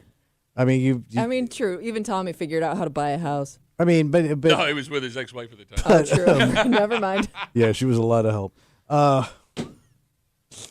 I do think, like, I look at my brothers who've been married their entire adult lives. So even my brother got divorced, but then he remarried quickly. He's been with this woman for 40 years. Okay. My sister-in-law, before they go out, he sits down in a chair so she could comb his hair like a little kid. But I don't think he knows if they, for some reason, my sister-in-law could just go on fine. Mm-hmm. He could not. But it's because she broke him. With That's what I'm telling you. Yes. No, you're right. You're right. I'm sure, like, if my brother at one point, he went to college and he got a degree and everything. But yes. But that guy's long dead. Okay, but like I'll give you an example of something that just recently happened in my life, right? I have my breakfast egg, my wedding, my fruit salad. I was eating 2 hard-boiled eggs a morning, and I would boil these eggs all by myself, and I would put them in the fridge, and I would crack them the night before, and I put them in little baggies. Like, that was my, like, last bastion of male independence. And my wife one day came to me and said, you know what? I'm worried about cholesterol. Worried about your heart and the eggs and everything in there. So I think you should have something else, and I'm going to start making you fruit salads. Okay. So she started cutting me up watermelon. And, okay, I'm not going to argue. Not worth the fight. Yeah. Like, that's the other thing. Not worth the fight to change what I like to do myself. But that's marriage. But then it gets worse because I don't know how to cut watermelon. I was never a watermelon guy. Well, you never had fruit in that house. No, we never had fruit when I was a kid. So my entire breakfast every morning is reliant upon my wife cutting watermelon for me like I'm a toddler. Okay. Yeah. I do have a question, though, because this is how maybe we could figure this out. Sure. The percentage of guys that stayed independent, that never found anybody, never married, never settled down. Okay. What percentage of them are nailing it? It's or you look at and think, that guy combed his hair today. I'm only 38, so there are plenty of 38-year-old single guys that are in successful situations. Tommy would be the one to answer this question. Like what guy that stayed basically a bachelor his whole life? Or is a bachelor now, later in life. Like which they've done so well on their own. Or they didn't need you a look woman. at them and you think they don't need anybody helping them out. I'm guessing there's some disaster going on there somewhere. Like we know guys, man. I mean, They're I can looking think bad, of most. bro. Looking bad. Looking really bad, right? I'm right? Like they struggling. What? I don't know who you're referring to. No, a lot of guys. I don't know. I don't know. Guys, but you know, guy over here, guy over there. I don't want it. I don't want that. So I'm gonna say it don't look good. Okay. Yeah, but you're also taking the safe option. And again, don't get me wrong. I love my wife. I love being married. I love living with my wife. I have a hard time sleeping without her now, which is also another weird thing. I don't like that. But I mean, society is structured around couples. I mean, if you think of an adult life, a partnership, it's a two-party system. Mm-hmm. So if you're in some independent lane, as some people like to call it, you kind of out there on the bumpy roads. But you say, society is structured for around a couples. couple. Yeah. Is it because that's how humans are? Or is it because that's what we're told we have to do? Man! Yeah, that's right. 252 WCMF. We started this conversation talking about this story in the New York Post. It's called A Partners. They're married. They love each other. They're going to stay married, but they live in completely separate homes. One couple they talked to married 5 years. They spend time together on the weekends. They live 20 minutes away from each other. The country version of this, the husband, Matt, lives in the main home on their property with their sons. His wife, Susan, has her own apartment in a detached garage on the other side of the driveway. They spend their nights apart, and they say they love it. Tommy cannot wrap his head around this, despite being the weirdest, most independent person I've ever met in my life. Kimmy seems to think her husband wouldn't be interested in this at all, which means she doesn't know her husband at all. Brooke writes us on Instagram, Duffy on WCMF. We had asked who benefits more. Yeah. She says men. Men are benefiting more. LOL. Boys.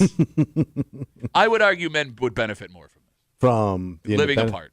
Yeah, but it For would just maybe be a short period of time. You it think would- they could go long doing this? It would just you'll be live a life. You'll live like you can eat all Hot Pockets you want. Yeah, you would just be I mean, most guys would just end up being a slob. But what's wrong with that? If I want to be a slob, what's wrong with that? If There's that's nothing your wrong. goal.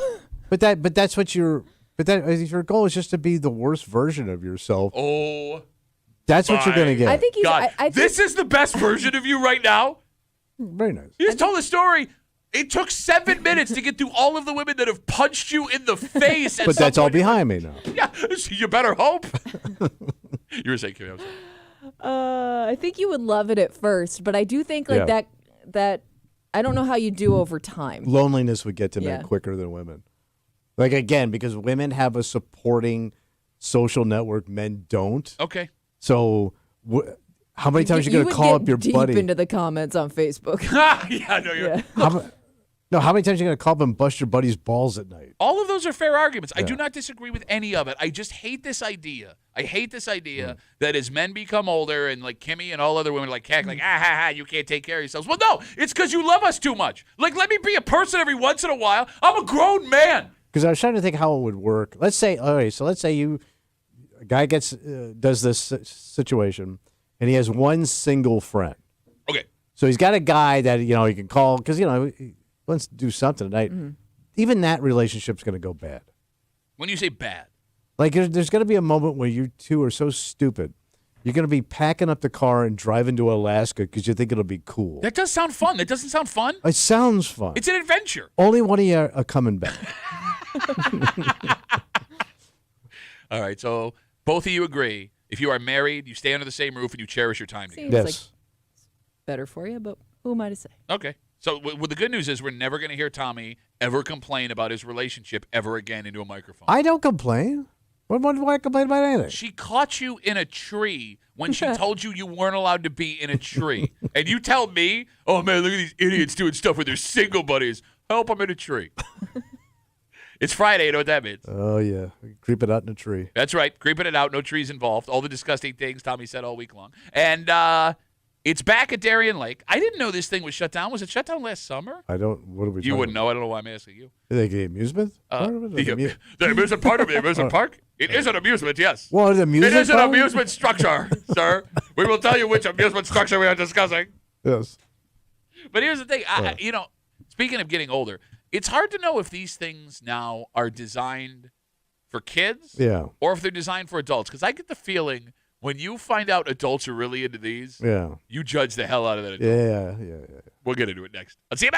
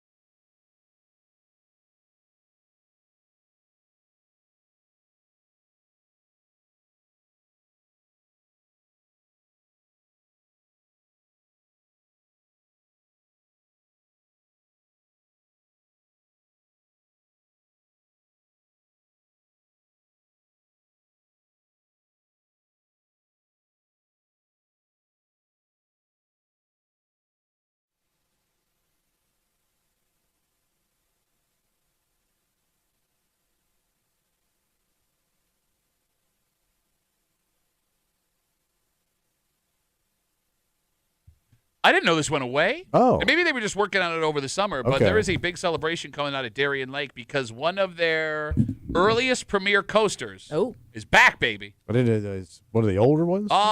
It's funny. Like, I want to say no, but yeah, based on the fact that I rode this when I was like 9. So it's one of those standard ones, not like where you hang upside down and go backwards and all that crap.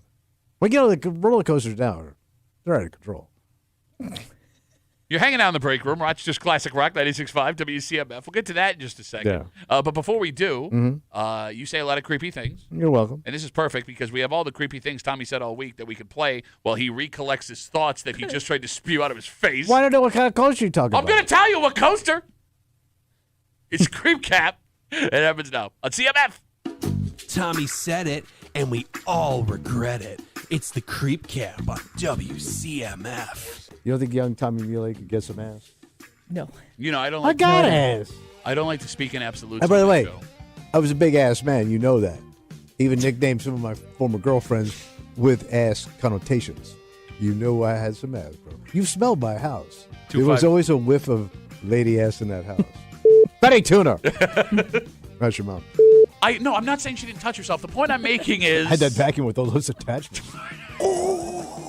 That's your mom, bro. That's your mom. And why would sucking get there? Yeah. Stop. That's an older, wiser penis. After Please Say he took it out on Main Street. One of the worst Bob Seger songs of all time. Took it out on Main Street. Wow, wow, wow, wow. It's way different because, like, when you're hanging outside, the other one is, like, driving into your mouth. But hanging outside, you're not doing it right, bud. What are you, sucking it in? What are you pulling lips in? Like a Floby down there? Wait, you don't. I'm a sucker like you are. Depends what game you playing, son. What game was that? I was playing the game with your mama. We almost got out with no mom jokes. I know. And I was a monster dunker. I don't even know enough basketball He's back terms in, to make baby. that work. Seriously, there were 15 different slang terms he could have used. He's gonna slam it again. They call him the Windex man. He just knows slam dunk. Yep. Why would you be cleaning the glass with a dunk? Well, the glass is your mother's thing. It's a big hoop. It's so good to be a creep. There it is, the Creep Cap on CMF. Announcement from Darien Lake yesterday. What'd they say? The Mind Eraser roller coaster All right. is set to reopen as part of the upcoming season. I was unaware that it wasn't open. I didn't know that either. So maybe they just shut it down. Well, no, because it shut down for the winter anyway. Was it not open last season? Maybe not. Maybe they had to do some maintenance. Yep. So it's the only one of its type. It's a suspending looping coaster. He's lost. We've already lost. Well, is it the one where you hang upside, Yeah. like you're seated sitting. and the rails are above Like your your head? legs You got are it. like kicking So you're in like the air. flying. Yep. Yeah. All right. So it's got a newly profiled track, a new paint job, 2 new trains featuring wider seats. That's not a great sign. Well, you know why you need the wider seat. Why bro. is that, Tommy? Because we wide. We and you stay away from the Dippin' Dots. And a new restraint system. All right. Folks at Darien Lake says coaster enthusiast, this will feel different than the last time you rode it, so that's why you want to jump back on there. Did you say it's unique? Like it's the only one? So it's the only type of its coaster in the state of New York. State of New York. It's called a suspended looping coaster. All right. Now, you had asked how old it was. Yeah. Well, you said you were a kid. You went on it. I wish I hadn't Googled it because it opened in 1997. And Damn. I remember going there and being like in awe of this like Oh, super sure. modern roller coaster. Yeah. It's been operating for almost 30 years. God damn. You want to feel even older? Sure. The Viper, which is also like a looping metal roller Yeah. coaster, was opened in 1982. Wait. Oh my God. I know. It's like 50 years. So we're all old as crap. It's like the Van Halen of roller coasters. So That's some old ass stuff, man.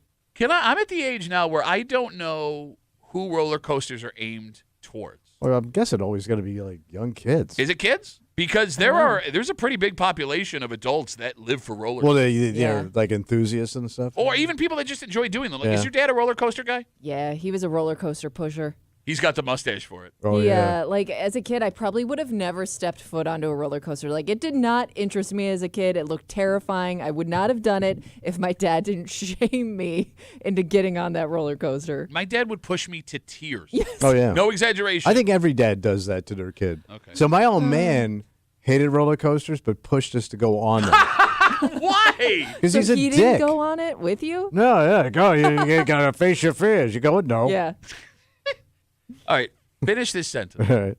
Tommy, a grown person who loves roller coasters is Weird. He's weird though. Really? Like if you're like into roller coasters like that, yeah, you're sad. All right, let's say you go to a grown-ass man in his 40s, goes to one amusement park a year to go ride roller coasters. Well, yeah, that's his mission. Well, I mean, like, you're going to go with the family, but when you get there, you're excited to ride roller It's coasters. not like you're going just to ride roller coasters. You're going for the whole experience. Yeah, but you enjoy said the he's roller coaster. excited to do the roller Well, coaster. yeah. I mean, why else would you be going to an amusement park? That's sad. Okay. I find men that do that with childish things sad.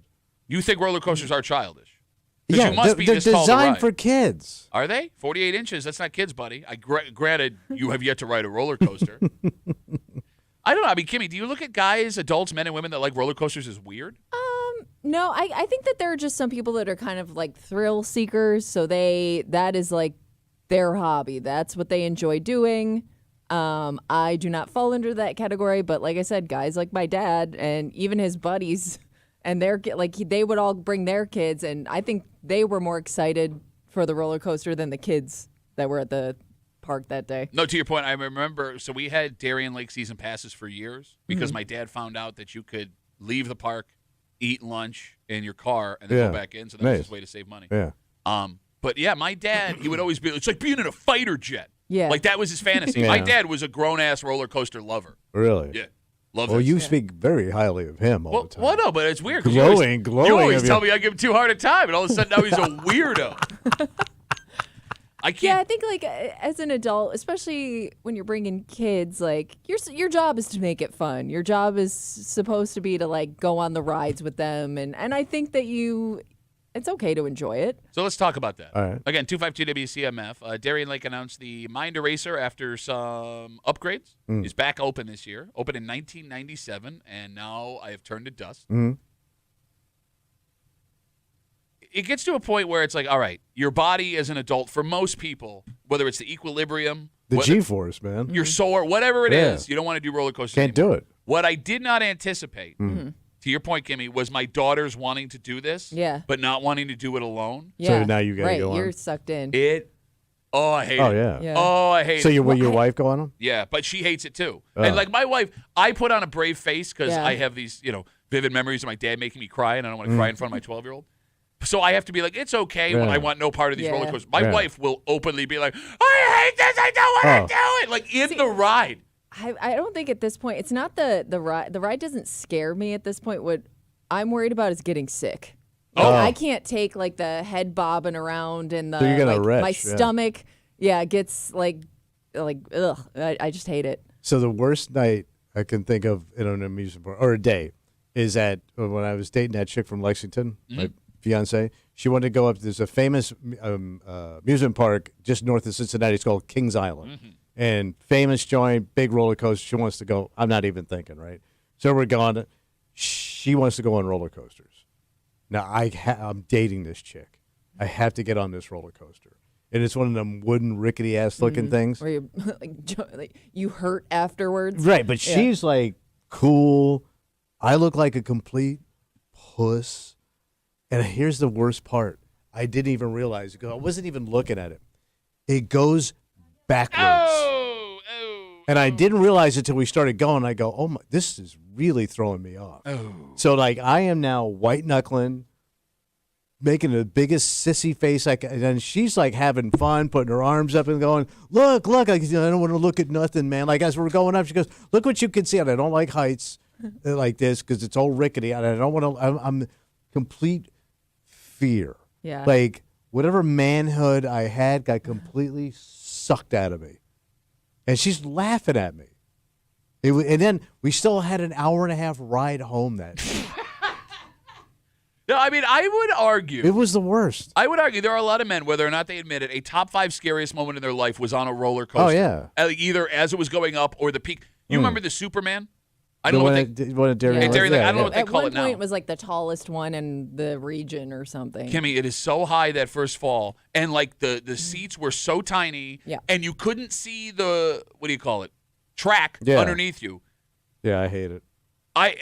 It was horrific. But again, I didn't want to be a bitch, so I just kept going up this thing, Yeah. horrified the entire time. Not an ounce of enjoyment. Yeah. So, like, to your point, I didn't look like a sissy. Yeah. God, we're so stupid. No. We come back, we wrap it up, we tell you what we're doing Monday next here in the break room on CMF.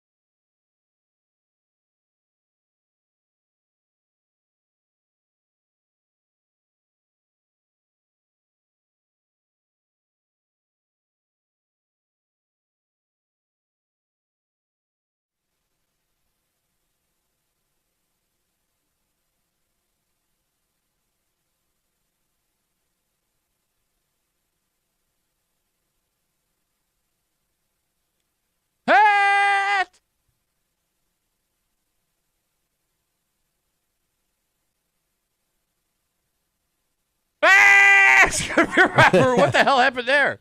I don't know. Radio Reverie. Friday break room CMF, only the best Yes. here in the break room on CMF. All right, we're gonna get out of the way. Okay. The rest of the NFL draft tonight. Yeah, Bills so have 2 picks. buckle up, buddy. I'm going to be all over this tonight. J2. Bro, it's the greatest sports night of the year. It really is. Playoff, you get everything.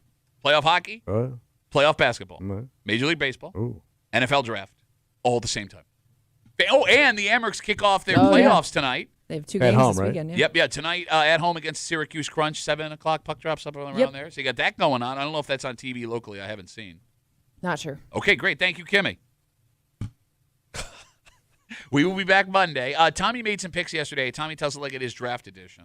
We couldn't do it today because some of the picks involve the entire weekend. Oh, so we got to wait till Monday? Yep, so Monday we will recap a very special draft edition of Muley Post-Game Excuse Monday, Post-Draft Excuse Monday, here in the break room on CMF. For Kimmy, who is the best damn secretary radio could buy. Nailing it. Did that hurt? Be honest. Did that hurt when that guy called you a secretary? Yeah, it hurt. Maybe a little bit. For Tommy Muley, who's showing off ankles like a secretary from the 50s. Who wants some veins? My name's Pat Dummy. We'll see you next week, 6 a.m. here in the break room on 96.5 WCMF.